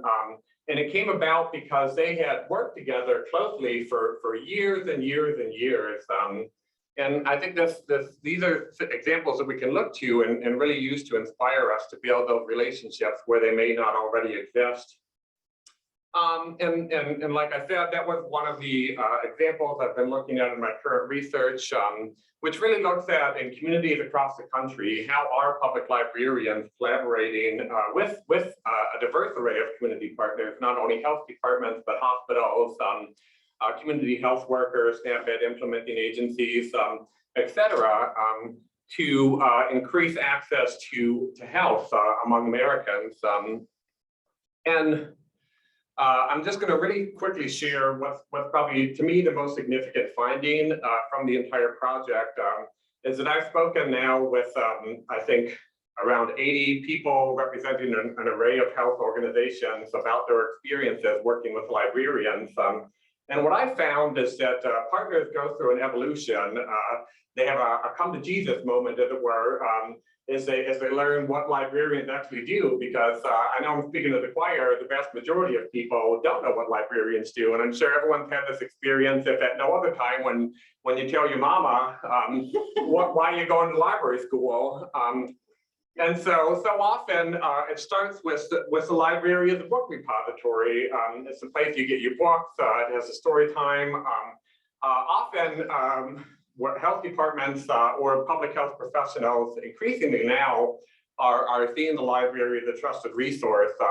But it's seen as really a passive space. It's a passive space where we can dump community health workers or social workers or warming centers. I know that was in Seattle, as you know, during COVID-19, a place to use the bathroom. Need to open up the library so people can use the facilities, food distribution. But it really, often it's just like the library is just a passive trusted space. Let's kind of get our public health stuff into it. And that's what happened with the COVID-19 tests and the masks and that example I shared earlier. When it's only at that stage, it's not really that effective. People are going to be upset. It's not a relationship. But what I heard talking with people is that over the time, over in many cases years of working together, there's a shift. And they no longer see the library as merely a passive space. They instead see MT, they see the librarian, and they see that librarian who's someone who's socially conscious, who has expertise about their community. And then it becomes, let's make sure whenever we're trying to do anything, we have the librarian at the table, because they're going to tell us, they're going to help us figure out what we can do. It doesn't happen by itself. If someone knows a community where that spontaneously happens, I'd love to hear about it. From everything that I've seen, it's on us to go out there and get a seat at the table, because we're not going to just all of a sudden be handed one unless the director happens to be quite involved already. And so how do we get there? What are some of the mechanisms we can use to start that conversation and build those relationships? And what I found at the South Carolina Public Health Association is that we have a ton to talk about, just a ton. We want both the public health workforce and the public library workforce wants our communities to be strong and healthy, connected. We suffer a lot of burnout. We both suffer a lot of burnout, especially now during COVID-19. And we are consistently under siege by anti-public actors, people who don't think the public good is important or worth defending or standing up for. There's a lot of confusion about what public library and public health workforce does in communities. And I was actually blown away. So at the public health conference, they had the current president of the American Public Health Association as a keynote speaker, Kate Bender, who's also from Mississippi, coincidentally enough. And Kay talked about, like, she used to be a nurse, and like, I mean, everyone knows what nurses do, basically, more or less. But when she told her mom she was going to get her master's of public health, her mom continued to tell all of her friends that Kay's a nurse, because nobody knows what a public health professional does, really. I mean, I don't know, Faki, what does a public health professional do? I mean, no one really knows that. I mean, it's similar to a public librarian. It's just this massive black hole where we know public health exists, we know public libraries exist. We don't really know what the people who work in those sectors actually do. There's a lot of concerns about credentials in public health right now. People looking to alternatives to the Masters of Public Health, similar to alternatives to the MLIS. Almost exactly the same conversation actually about equity, access, particularly in underserved and in rural America. There's a lot of concerns about equity, diversity, inclusion, and accessibility in our workforces. Yeah, like any other profession where the master's degree is the main access to entry, you're going to have those issues. And obviously, of course, we work for and with the public. No one is left out. No one is, when we think about public health, it's not about school children, it's not about any particular demographics, it's about the public writ large. There's no one who is not served by public health, and there's no one who is not served by public libraries. And just some other things that I think we can use to talk about. I really liked the discussion of meeting rooms in MP's conversation. And I think there's things that we can really think a little bit strategically about how we do embrace the library as a trusted space at the center of community.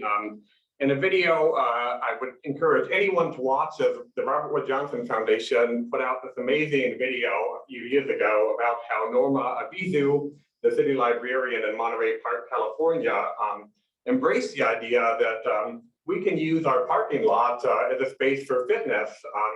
It's one of the few places in Monterey Park, which is top Southern California, where there's ample shade so people can go and exercise together year round.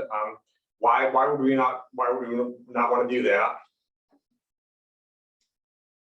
We can also get involved by embracing the centrality of coalitions. And these are just some examples from my research of the types of coalitions that public librarians across the country are getting involved in. Healthy Anne Arundel, Healthy Living Matters, Harris County, Healthy Paducah, Here to Help, the Mental Health Coalition of Scotch Plains, Activate Elgin. The more and more increasingly as public health leaders embrace the role of chief health strategists and embrace multi-sector coalition, one of the major things that public health workers are trying to do is to set up these coalitions. And as part of the accreditation process, they're required to do community health needs assessments, which have baked into them multi-sector work. So there's so many ways that at the very least we can either ourselves or encourage our staff to get involved in some of these multi-sector efforts. There's seats available and we need to go and find them and get them. There's also a lot of opportunity for evaluation. One of the things that public health does well, not perfectly, but a lot better than we do in public libraries, is evaluation. The science of evaluation is much more rigorous and developed in public health. And I think as we in public libraries try to get better about understanding the outcomes of our initiatives, I think we can learn a lot from public health. Just to give one example, one of the major kind of evaluation efforts in the public library sector currently is the Public Library Association's Project Outcome, which really focuses on outcomes for individuals. Whereas a lot of the public health evaluation takes a much more community-focused, the socio-ecological model. So if we're looking for outcomes for communities and not outcomes for individuals, there's a lot that we can learn from public health. And just the final thing that I think we can get to is to really embrace and try to understand the holistic nature of public health. One of the reasons why public health is not poorly understood is because it's so broad, it's so much bigger than I think people realize. And these are just some examples of some of the things that I've studied in my research. So in Bethlehem, Pennsylvania, in the Lehigh Valley, the health department worked with the public library to start checking out bicycles. Also in Bethlehem, which is one of my favorite case studies. This is from the Community Health Needs Assessment. So the annual, or not annual, I think it's 5 years. They put out their strategic priorities, and one of the strategic priorities of the health department is to promote physical activity and literacy in the city of Bethlehem through increasing the numbers of story walks that they're doing in collaboration with the Bethlehem Area Public Library. And so again, I mean, we love story walks. Anyone who works in a public library knows story walks are the big hot topic. I don't think we recognize that health departments could actually pony up some money and resources to help us not only do them, but more importantly, evaluate them. One of the best things about this partnership is Bethlehem, the Health Bureau, they mobilized their quite rigorous evaluation arm to actually help the library understand the impacts that story walks were having on the communities they serve. Just one final example with funding from the Centers for Disease Control and Prevention. This East Carroll Parish Library in Louisiana, they did a walk audit. How walkable is the area around this library? Can people walk to the library? If not, let's have a community conversation about how we could increase the walkability and therefore increase the physical activity in our community. And just I want to, and this may seem pedantic, but I think it's actually worth doing. I think to really understand how broad public health is, there's no better way than to actually look at the 32 sections of the American Public Health Association. So like I said, this may seem pedantic, but I'm actually going to read these because I think it's important to hear. And I think this is important because within public libraries, sometimes people will say, well, what about mental health? I love mental health. Who doesn't want our communities to have mental health? There's so much more that we could do and can do. And even when we talk about mental health, are we really talking about it in the scientific way, or the kind of more wishy-washy wellness? I hate wellness, by the way. That term is completely meaningless. I mean, I'd be willing to have a conversation about that, but I think it's a way for librarians to talk about health without talking about health, because they don't want to talk about it. So here's what public health is: aging in public health, alcohol, tobacco, and other drugs, applied public health statistics, chiropractic healthcare, community health planning and policy development, community health workers, disability, environment, epidemiology, ethics, food and nutrition, foot and ankle health, health administration, health informatics, information technology, HIV/AIDS, injury control and emergency health services, integrative, complementary, and traditional health practices, international health, law, maternal and child health, medical care, mental health, occupational health and safety, oral health, pharmacy, physical activity, public health education and health promotion, public health nursing, public health social work, school health and wellness, sexual and reproductive health, vision care.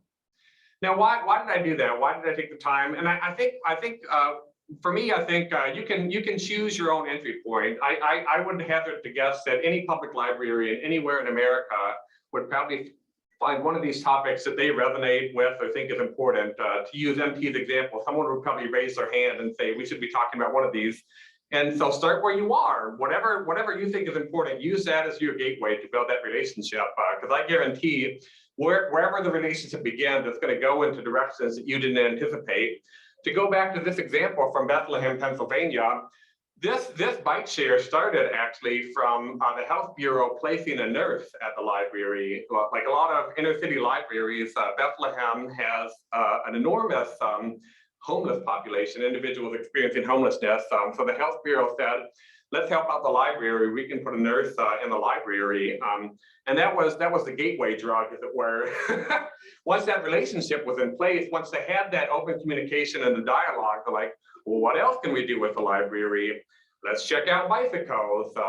We can start distributing food, and we'll have our public health workforce come down and do some cooking demos, so that when people get this box of food that we're giving away, they actually know what to do with that, because who really knows how to cook a leek?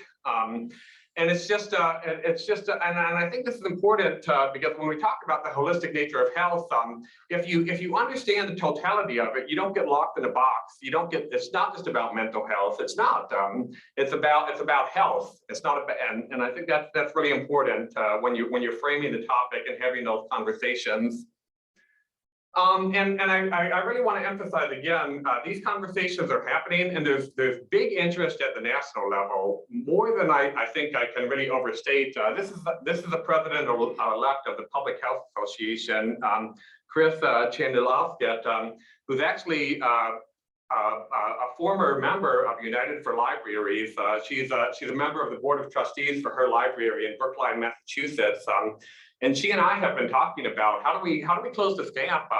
And I don't say this to toot my own horn per se, but I will say no one else is having these conversations. The folks at Simmons are not connecting with her, and that's on them. To be honest, to be blunt, I mean, I think this is what we need to talk about. And my goal really is to think about, so we have within the American Public Health Association, there's something called the Caucus on Public Health in the Faith Community, recognizing that the faith community and faith-based organizations are central to people's lives. They're not health organizations. They're certainly not health organizations, but given their trusted role in communities, they need to be part of the public health conversation. And I think we need the exact same infrastructure for public libraries. We're not health organizations. I'd like to say we're the chief learning strategists, but health is part of that, and we can get involved. So this is kind of my end goal. This is what I'm working towards. I just really quickly want to share. So I was in South Carolina to share some results of a project I did with the South Carolina State Library. in the South Carolina Center for Rural and Primary Healthcare. We did a survey of 143 public library workers last September on kind of what are they currently doing to support health and what do they need to be better supporters of health. And this is a little confusing, I'm not going to go through the whole thing, but what we found, we had on the question, we asked all respondents, do you have someone at your library that you consider to be a health champion? And 1/3 of the respondents said, yes, at our library, we have a health champion. I want to move from 1/3 to 100%. I think every library needs to have at least one health champion. But it's health is who we are. I mean, it's that simple. And so what infrastructure do we need to build the kind of the idea of public librarians as health champions? Not health workers. We're not part of the health workforce, but we can be champions of health. We can be astute conversationalists about health. We can be building the relationships that are going to increase access to the things that people need to be healthy. And just to quickly want to stand in the way, and I'm not, I decided I got tenure, so I'm just gonna say what I think. So one of the biggest things at the national level that stand in the way is the National Library of Medicine. I'm just gonna say it. And so much of the national conversation about health and librarianship has historically and in the present has been completely dominated by academic and health science librarians. And there's nothing wrong with the work they do, but that's not all of librarianship. And it's time to change that. It's time for the public library sector to find their voice at the local level and at the national level. And for us to speak up for ourselves rather than having the National Library of Medicine speak for us. And to really own the role that we can play within this broader health ecosystem. And this is kind of, again, my main message: the socially conscious library supports the social determinants of health by aligning its efforts with public health. And now time for some conversation. So I'd love to hear any questions or thoughts, concerns you all have, but especially would just like to, do you know people in the public health workforce? Have you talked with people about how public health and public librarianship can come together? What do you think in your experience is needed to build up this alignment, synergy, and cross-sector coalition? And where do we go from here? So thank you for listening to me for the last half an hour, and looking forward to your thoughts and input.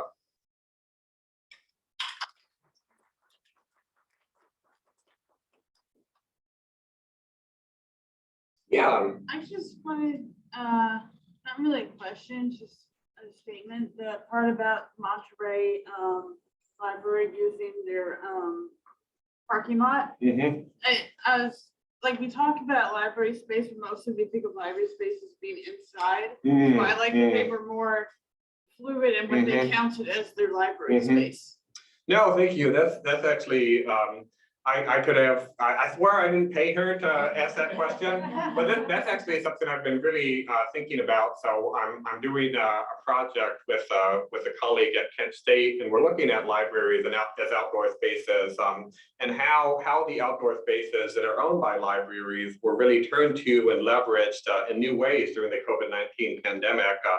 And one of the things that we found is that quite a few public libraries actually made permanent renovations to their outdoor spaces, including here in Greensboro. So if you go to the Greensboro Public Library, you will actually see in the last year, they've actually put out outside kind of internet picnic tables, essentially, and not millions, but many libraries across the country did that. So it's been really interesting seeing how both in the popular imagination and in kind of the minds of public librarians, we're not just thinking about indoor space, we're thinking about outdoor space. And that obviously lends itself quite well to collaborations with Parks and Recreation, which of course is the masters of outdoor space. But that's a topic for another day. Yeah. That brings up the question for me, about the story walk. Like, do libraries feel like they own them? Is that part of our library space? We do these collaborations, but then know, I just Yeah. wonder what the mindset is there in terms of outdoor. and indoor. Yeah, I think that's a great question, and let me just Can get. you repeat it for people? Oh, yeah, sorry. So thanks. So the question was about story walks, and how does this align with librarians' perception of space and ownership? But let me ask before. So I think at this point, how does anyone? Let's just quick raise of hands. Do people know what a story walk is? Yeah, I think most people do. I see some that don't. So I'll just quickly explain it. I mean, a story walk is essentially it's the idea of taking usually a children's storybook, not always, but the main is like a children's picture book that you would use for a story time program. Taking apart that book, laminating the pages, and posting it along a walking trail. And there's a lot of variation of that basic concept in Charlotte-Mecklenburg. They actually have permanent story walk installations in a number of parks, and they've actually expanded it from Mecklenburg parks to Matthews Parks and a few other districts. I think and MT, you may know, correct me if I'm wrong, but I think in Charlotte and in most other places, how that partnership works well is that the installations are part of the parks department. And why that's important is that they will then do the maintenance, which we don't want to do. If I were a public librarian, I would not want. I mean, again, that's what they do. They take care of the actual physical plant, as it were, and we can just go out and open up the backs of the cases and change the stories on a quarterly basis. So I think it's but it's, I mean, that's obviously shared, and I think part of that, I think sometimes the sticking point can be that shared ownership. We want things to be ours, or other people want things to be theirs, and if it's blended in that way, that can sometimes be uncomfortable because it's new and different, and we may not know how we feel about that. Yeah. So many, this goes for bullet 3 Mhm. about things that we need. And this happens in our field all the time. So for COVID, Mhm. many public libraries, COVID testing and, Mhm. all the different roles that we were never planning on Mhm. having. When I was in South Carolina, we had the 1,000-year flood. Mhm. And quite a few folks have written about that. And all of a sudden, libraries became where you went to get your FEMA paperwork Mhm. and water supplies and information. Mhm. And my question about this is, where do we figure out being proactive? And we Mhm. can't always Mhm. plan on a Mhm. pandemic and 1,000-year floods, but being proactive over reactive as Mhm. much as possible. Yeah, and I'll repeat the question. So Heather asked, oftentimes there's a big conversation about libraries in the immediate aftermath of disasters, big and small, of short and long temporal durations. But how do we shift from just being a responder to disasters to more proactively getting out in front of things and being more proactive rather than just reactive? I think it's a great question. I mean, this is kind of what I've been working on. I think it's really, it starts with having the relationships in place with the right people. I really liked when MT had the slide with the having the right people in the room together. And I think that's something that you don't need to wait for a flood or a hurricane to kind of be kind of networking with the types of people that you would be networked with were a disaster to occur. And I'll just share a couple of examples. I was kind of monitoring things is when COVID-19 occurred, and so there was a community in the Metro East area of St. Louis, so the side of St. Louis on the Illinois side, and I'm blanking on the particular name of that community, but very soon after kind of the lockdowns in COVID-19, in that community, Parks and Recreation, the Arts Council, the Health Department, and the library were almost, it seemed from the outside, it seemed like almost instantaneously, they were creating kind of a platform for nonprofit organizations to get resources that they needed to stay afloat during the pandemic. And it really showed how in that community, they were not scrambling around to try to find relationships when the pandemic hit. They already had the relationships. And we talk a lot about resiliency, and that's kind of the buzzword of the day. I think resilient communities are communities in which institutions work together, have relationships. And I think we see that when disasters occur, the communities that have those web of networks are the communities where everyone seems to do better. At least that's what I found. So yeah, I mean, and I think from a leadership perspective, one of the things that I've thought about is how do we empower, how do we enable kind of our staff to be going out and building those relationships. So MT mentioned Cabarrus County. I don't think I'm speaking out of turn. The current library director in Cabarrus County, she's very forward thinking about empowering her staff to go out and build relationships with Parks and Rec. The previous library director in Cabarrus County did not see things that way. The previous director in Cabarrus County said, I'm the library director. I'm the one and only person who has to be out there making these relationships. The buck stops here. And so if I'm not doing it, I don't want to have like, so it was, but yeah, I think part of it is, I mean, library directors can't be everywhere.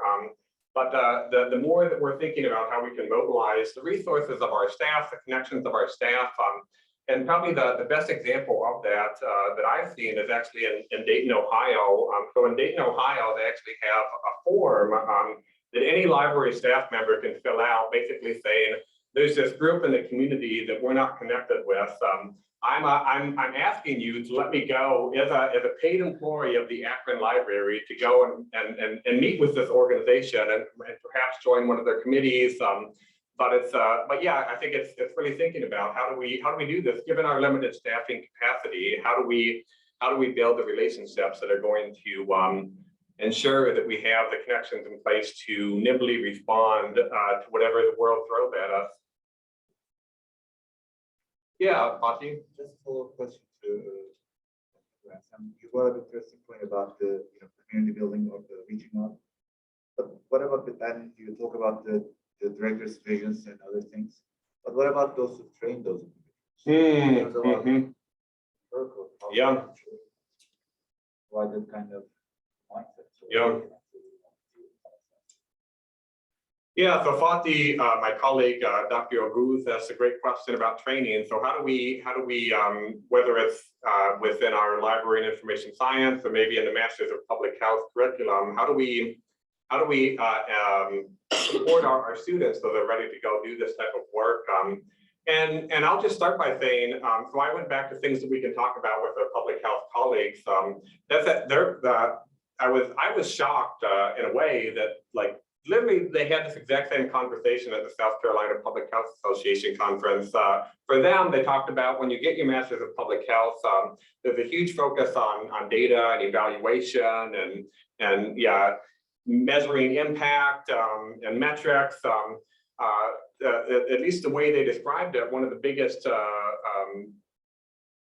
gaps in the public health curriculum is that they don't talk about relationships. They don't talk about how to build relationships. They say collaboration is good, but then they don't necessarily prepare their students to go and do that relationship work. And I think the same is true of our library curriculum. And I think there's certainly some classes that do this better than others, but I actually don't know. I mean, it's something I've been thinking a lot about. I don't have the answer. I'm gonna hedge things and actually kick things back and see if anyone has any ideas. I mean, I'll just one thing that I have is the idea of cross-listed classes. So I mean, having cross-listed classes with public health education, which is a program we have here at UNCG. I mean, as you all know, there's some challenges with in-person and online, but I don't know. Yeah, but I think it's important and we need to do better. Is this the public health curriculum? Yeah. Don't want to be a skeptic here, but they can't even seem to collaborate on a group project. Yeah. Yeah. Reach out. Yeah. Yeah. I think with regards to your third bullet, two things that I think on the library side we have to do is one, I think we have to help government and other funders liberate their ideas of what the library can do. We're so caught up in that role, that even when I go to speak to government and say, we're thinking about doing this, they're like, well, that's really not your job. So I think we have to liberate that. But then I think the other thing is that we have to ensure that the entities that come to the table for whatever project it is are able to retain their uniqueness about themselves. You don't want the public to be confused about, is this still a library? Am I still able to do what I want to do? You don't want public health to think, well, now when can you get an operating bed in your library? So you have to figure out, how do you retain your uniqueness to do the work that you currently do? But how do you liberate others' ideas of what all can be done? Yeah, thanks. And I'll just quickly rephrase for those online. So MP was talking about liberating the idea of the public library among those who may have an inaccurate image in their heads of what the library is. And then also the importance of not losing ourselves in what makes libraries uniquely special when we engage in multi-sector work. So it's not about, just becoming another node in the healthcare system, but really thinking about adding value to collaborative efforts. And I think that's so important. And I'll just, for me and my vantage point, especially as I think about the second point, I think it really comes down to vocabulary and discourse and language, and developing for ourselves a public library conversation about public health, not assuming that the National Library of Medicine knows anything about public libraries, because they don't. I mean, we're seeing that in essentially the abject failure of the All of Us initiative, and some of the things that they've been trying to do around with public libraries. And so, this is something that needs to be developed so that we can communicate about the unique roles that we can play in our public health, where it's not about just offering things that others offer, but finding, and it'll be specific libraries, finding their specific voice, but then also at a national level, also figuring out how we talk about this. And I'll just, and at the national level, I'll just quickly share, because I try to follow what's happening, that the current big topic is telehealth. So everyone and their mother, and I think Charlotte actually is doing something with this, if I'm not mistaken. I don't know the details, but there's this huge focus now on, well, library of the trusted spaces. Let's just put some technology in there, and people can access the doctor from the library's meeting room or whatnot. But it's so much of that, what I said, stage 2 thinking, like the library of the trusted space, let's just dump some stuff in there. And but it's the librarians that, I mean, with some exceptions, have not been driving this conversation in a way that I think we need to. Anyway, that's a lot more could be said about that. But I completely agree. How do we develop our what we want to do, rather than waiting for others to tell us what they want us to do? Well, I don't want to take us too far afield of public libraries, but I was thinking about my experience in college. You know, when you go to university, you sort of become part of a microcosm. I didn't have a car. I was a lifelong public library, but I sort of ceased using the public library for those 4 years. I probably experienced hunger on a weekly basis. But I was way too proud to admit that to anyone. And the closest relationship I had with anyone on campus was my library. I spent days there, slept there sometimes. And I wonder, had there been programs for food insecurity, I might have been reached that way. And I think about the other health challenges of college students. You know, sometimes the development of their relationship with alcohol and substances, and their first sexual relationships, and there's lots of public health needs of college students. So I wonder if anybody's thinking about the role of academic libraries in providing this kind of collaboration to assist college students. Yeah, so Dr. O'Connor made some really great and astute remarks about the public health needs of college students, particularly first generation or historical students who may not have all the resources as, I don't know, your typical Harvard undergraduate, let's say. And I think that's, and I would definitely invite others who have more expertise to kind of share. But One example, actually, so MP mentioned University of Tennessee. I actually think that the UT Knoxville Library does a really great job about working collaboratively with other units on campus. I don't know. I remember when we had, was it Elise was in Knoxville, was that right? I've kind of lost track of time. In 2019, yeah, that's right. We had our LIS conference in Knoxville, and I met with some staff from the UT Knoxville Library, and at they have multiple branches. And MT, you may know, like the one branch that's kind of their undergraduate library.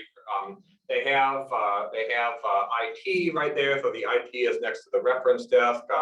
They have some student services, and I think we're seeing kind of a lot of libraries. I mean, UNCG among them, where they're trying to either bring services into the library where they're not services offered by the librarians per se, but having that co-location, and not just co-located services. I was really impressed at UT Knoxville that the academic librarians were talking about. We don't just bring these things in and basically just never speak to them. They also they talk with the student success folks or the counseling folks or the IT folks about what they could do together, what types of programming, and yeah, I mean that's just one example. I'm not an expert, but I think yeah that kind of co-location and building relationships I could definitely see being really impactful in academic library context as well. Yeah, Tammy. Building off of what you've been talking about, I can also see public libraries really helping elderly people with this telehealth world. They don't always know how to do that very effectively. So that's another, I guess, population that they can support.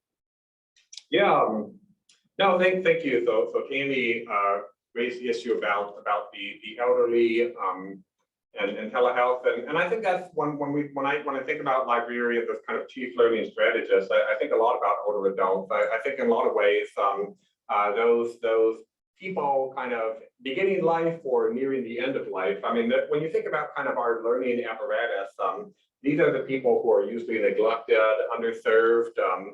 There's not really much infrastructure for them. And so how can we as librarians kind of strategize how to reach and serve them? And one example that I've been looking a lot about is collaboration with area agencies on aging. Every community everywhere in America is served by an area agency on aging. But I think there's and that's part of the public health workforce. But typically there's almost no relationship between public librarians and those AAA agencies. And one of the things that I worked on when I came to Greensboro was to actually connect our Piedmont Triad area agency on aging to some of the rural libraries. We were talking earlier about the Northwestern Regional Library, which is I think 4-county regional library system serving rural Northwest North Carolina, based in Elkin, but serving almost entirely very rural populations. And there, when I connected them to the area agency on aging, it was like, I've been waiting for you. Like they were off to the races. Like they were so excited about that relationship that they actually, the library director organized for their staff and service day, when they brought all the staff in the 4 counties together, they actually had someone from the area agency on aging do kind of a crash course and what's called a matter of balance, which is a falls prevention program for older adults. And so the librarians got the rudimentary training in a matter of balance, so that they were able to do basic things that you don't think about when you think about the loss of perception that comes with aging. And just we know that just one of the major reasons why older adults who live in their homes go to the emergency room is because of falls. And so one of the biggest things we can do to promote public health is very basic falls prevention. And they were able to do that. Like they did that. They had that information, and it was just hugely impactful. But it only came about because of that relationship with the area agency on aging, which didn't exist. It just wasn't there. And I think so often it's just that simple connecting of the dots is what you need to make a difference. Yeah. I think I heard. I'll go here and then there. One just a quick example. When I was an undergrad, I started working here at UNCG with the anthropology department. And after I graduated, I continued my work with Recipes for Success, which is a SNAP-Ed funded organization. And we would do nutrition education in a number of locations around, mostly Guilford County, but we ventured outside every once in a while. And one of the things that really struck me in terms of populations we were serving is that the PI on the grant was a bilingual English and Spanish speaker. And Dr. Murphy was able to reach populations simply by virtue of speaking Spanish, which none of the rest of our team did. And in the locations we were serving populations, almost no one else did either.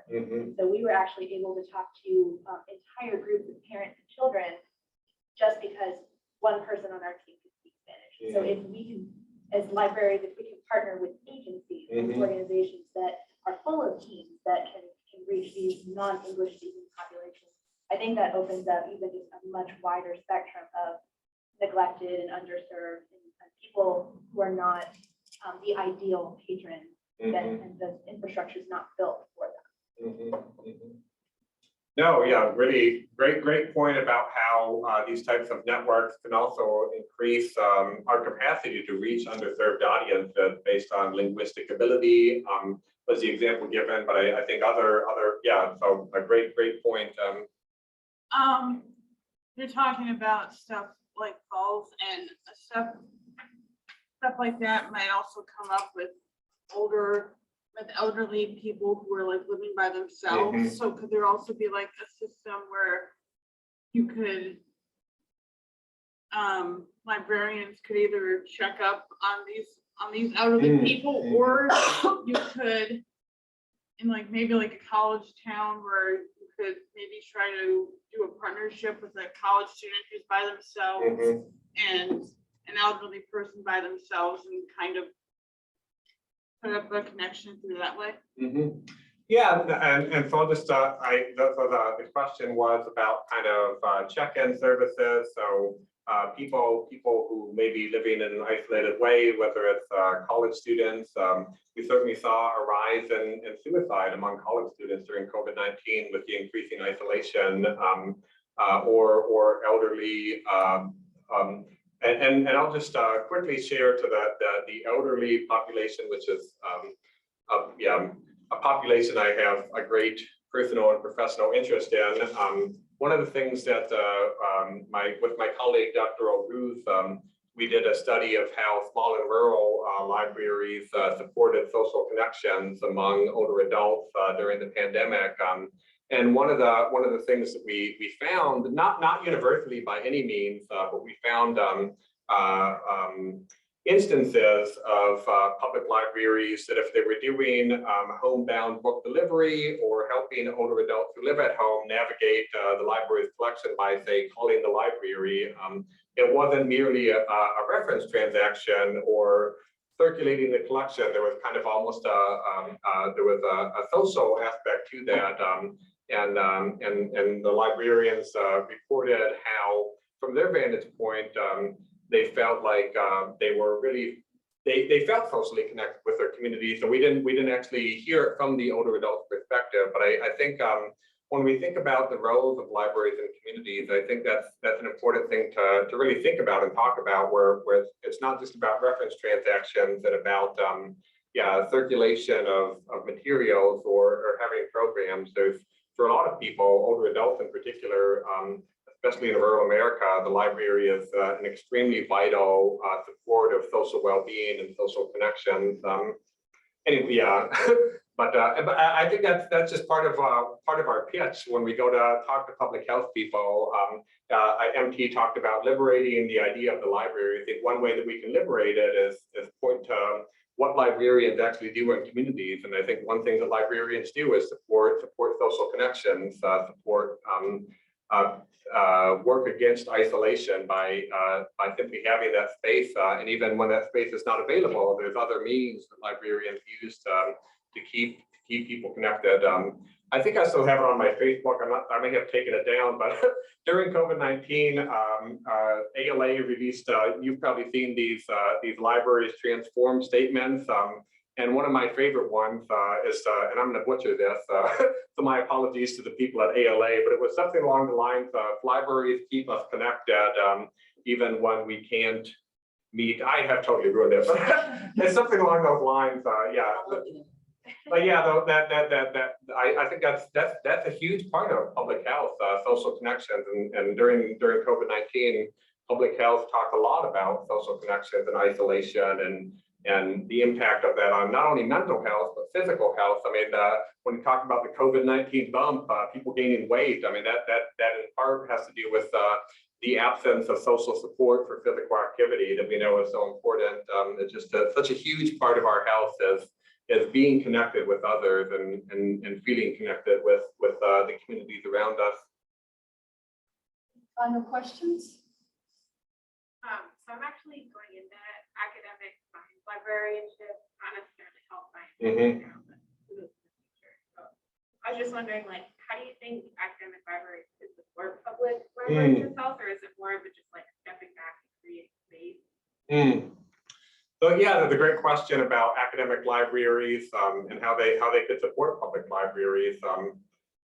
I think that's a great question, and I think I mean others may have other, but I really think a great way that academic libraries could help public libraries is around assessment and evaluation and helping develop. I mean, not that academic libraries are doing this perfectly, but if I look at say UNCG and their kind of assessment apparatus compared to Greensboro Public Library, these are apples and oranges. I mean, academic libraries in general have a much larger and much more, I mean, there's entire conferences on library assessment, which are almost completely dominated by academic librarians. So I think that's a real opportunity, because I think and one of the challenges that we're facing is that I don't work in a public library. People who work in public libraries, they know the impacts they're having on their communities, and they often, and sometimes they're collecting their stories, but it's just a perennial challenge in this understaffed environment. You go from initiative to initiative, and you often don't have the time or infrastructure to really understand the impacts that you're having. And if you don't have that impact data, it can be really hard to make the case that you need to be at the table when say they're talking about public health planning. So I think that's a real opportunity for academic libraries, especially those who have a more kind of assessment mind, to be helping public librarians. I think there's a lot of need there. All right, thank you very much. Yeah, thank you.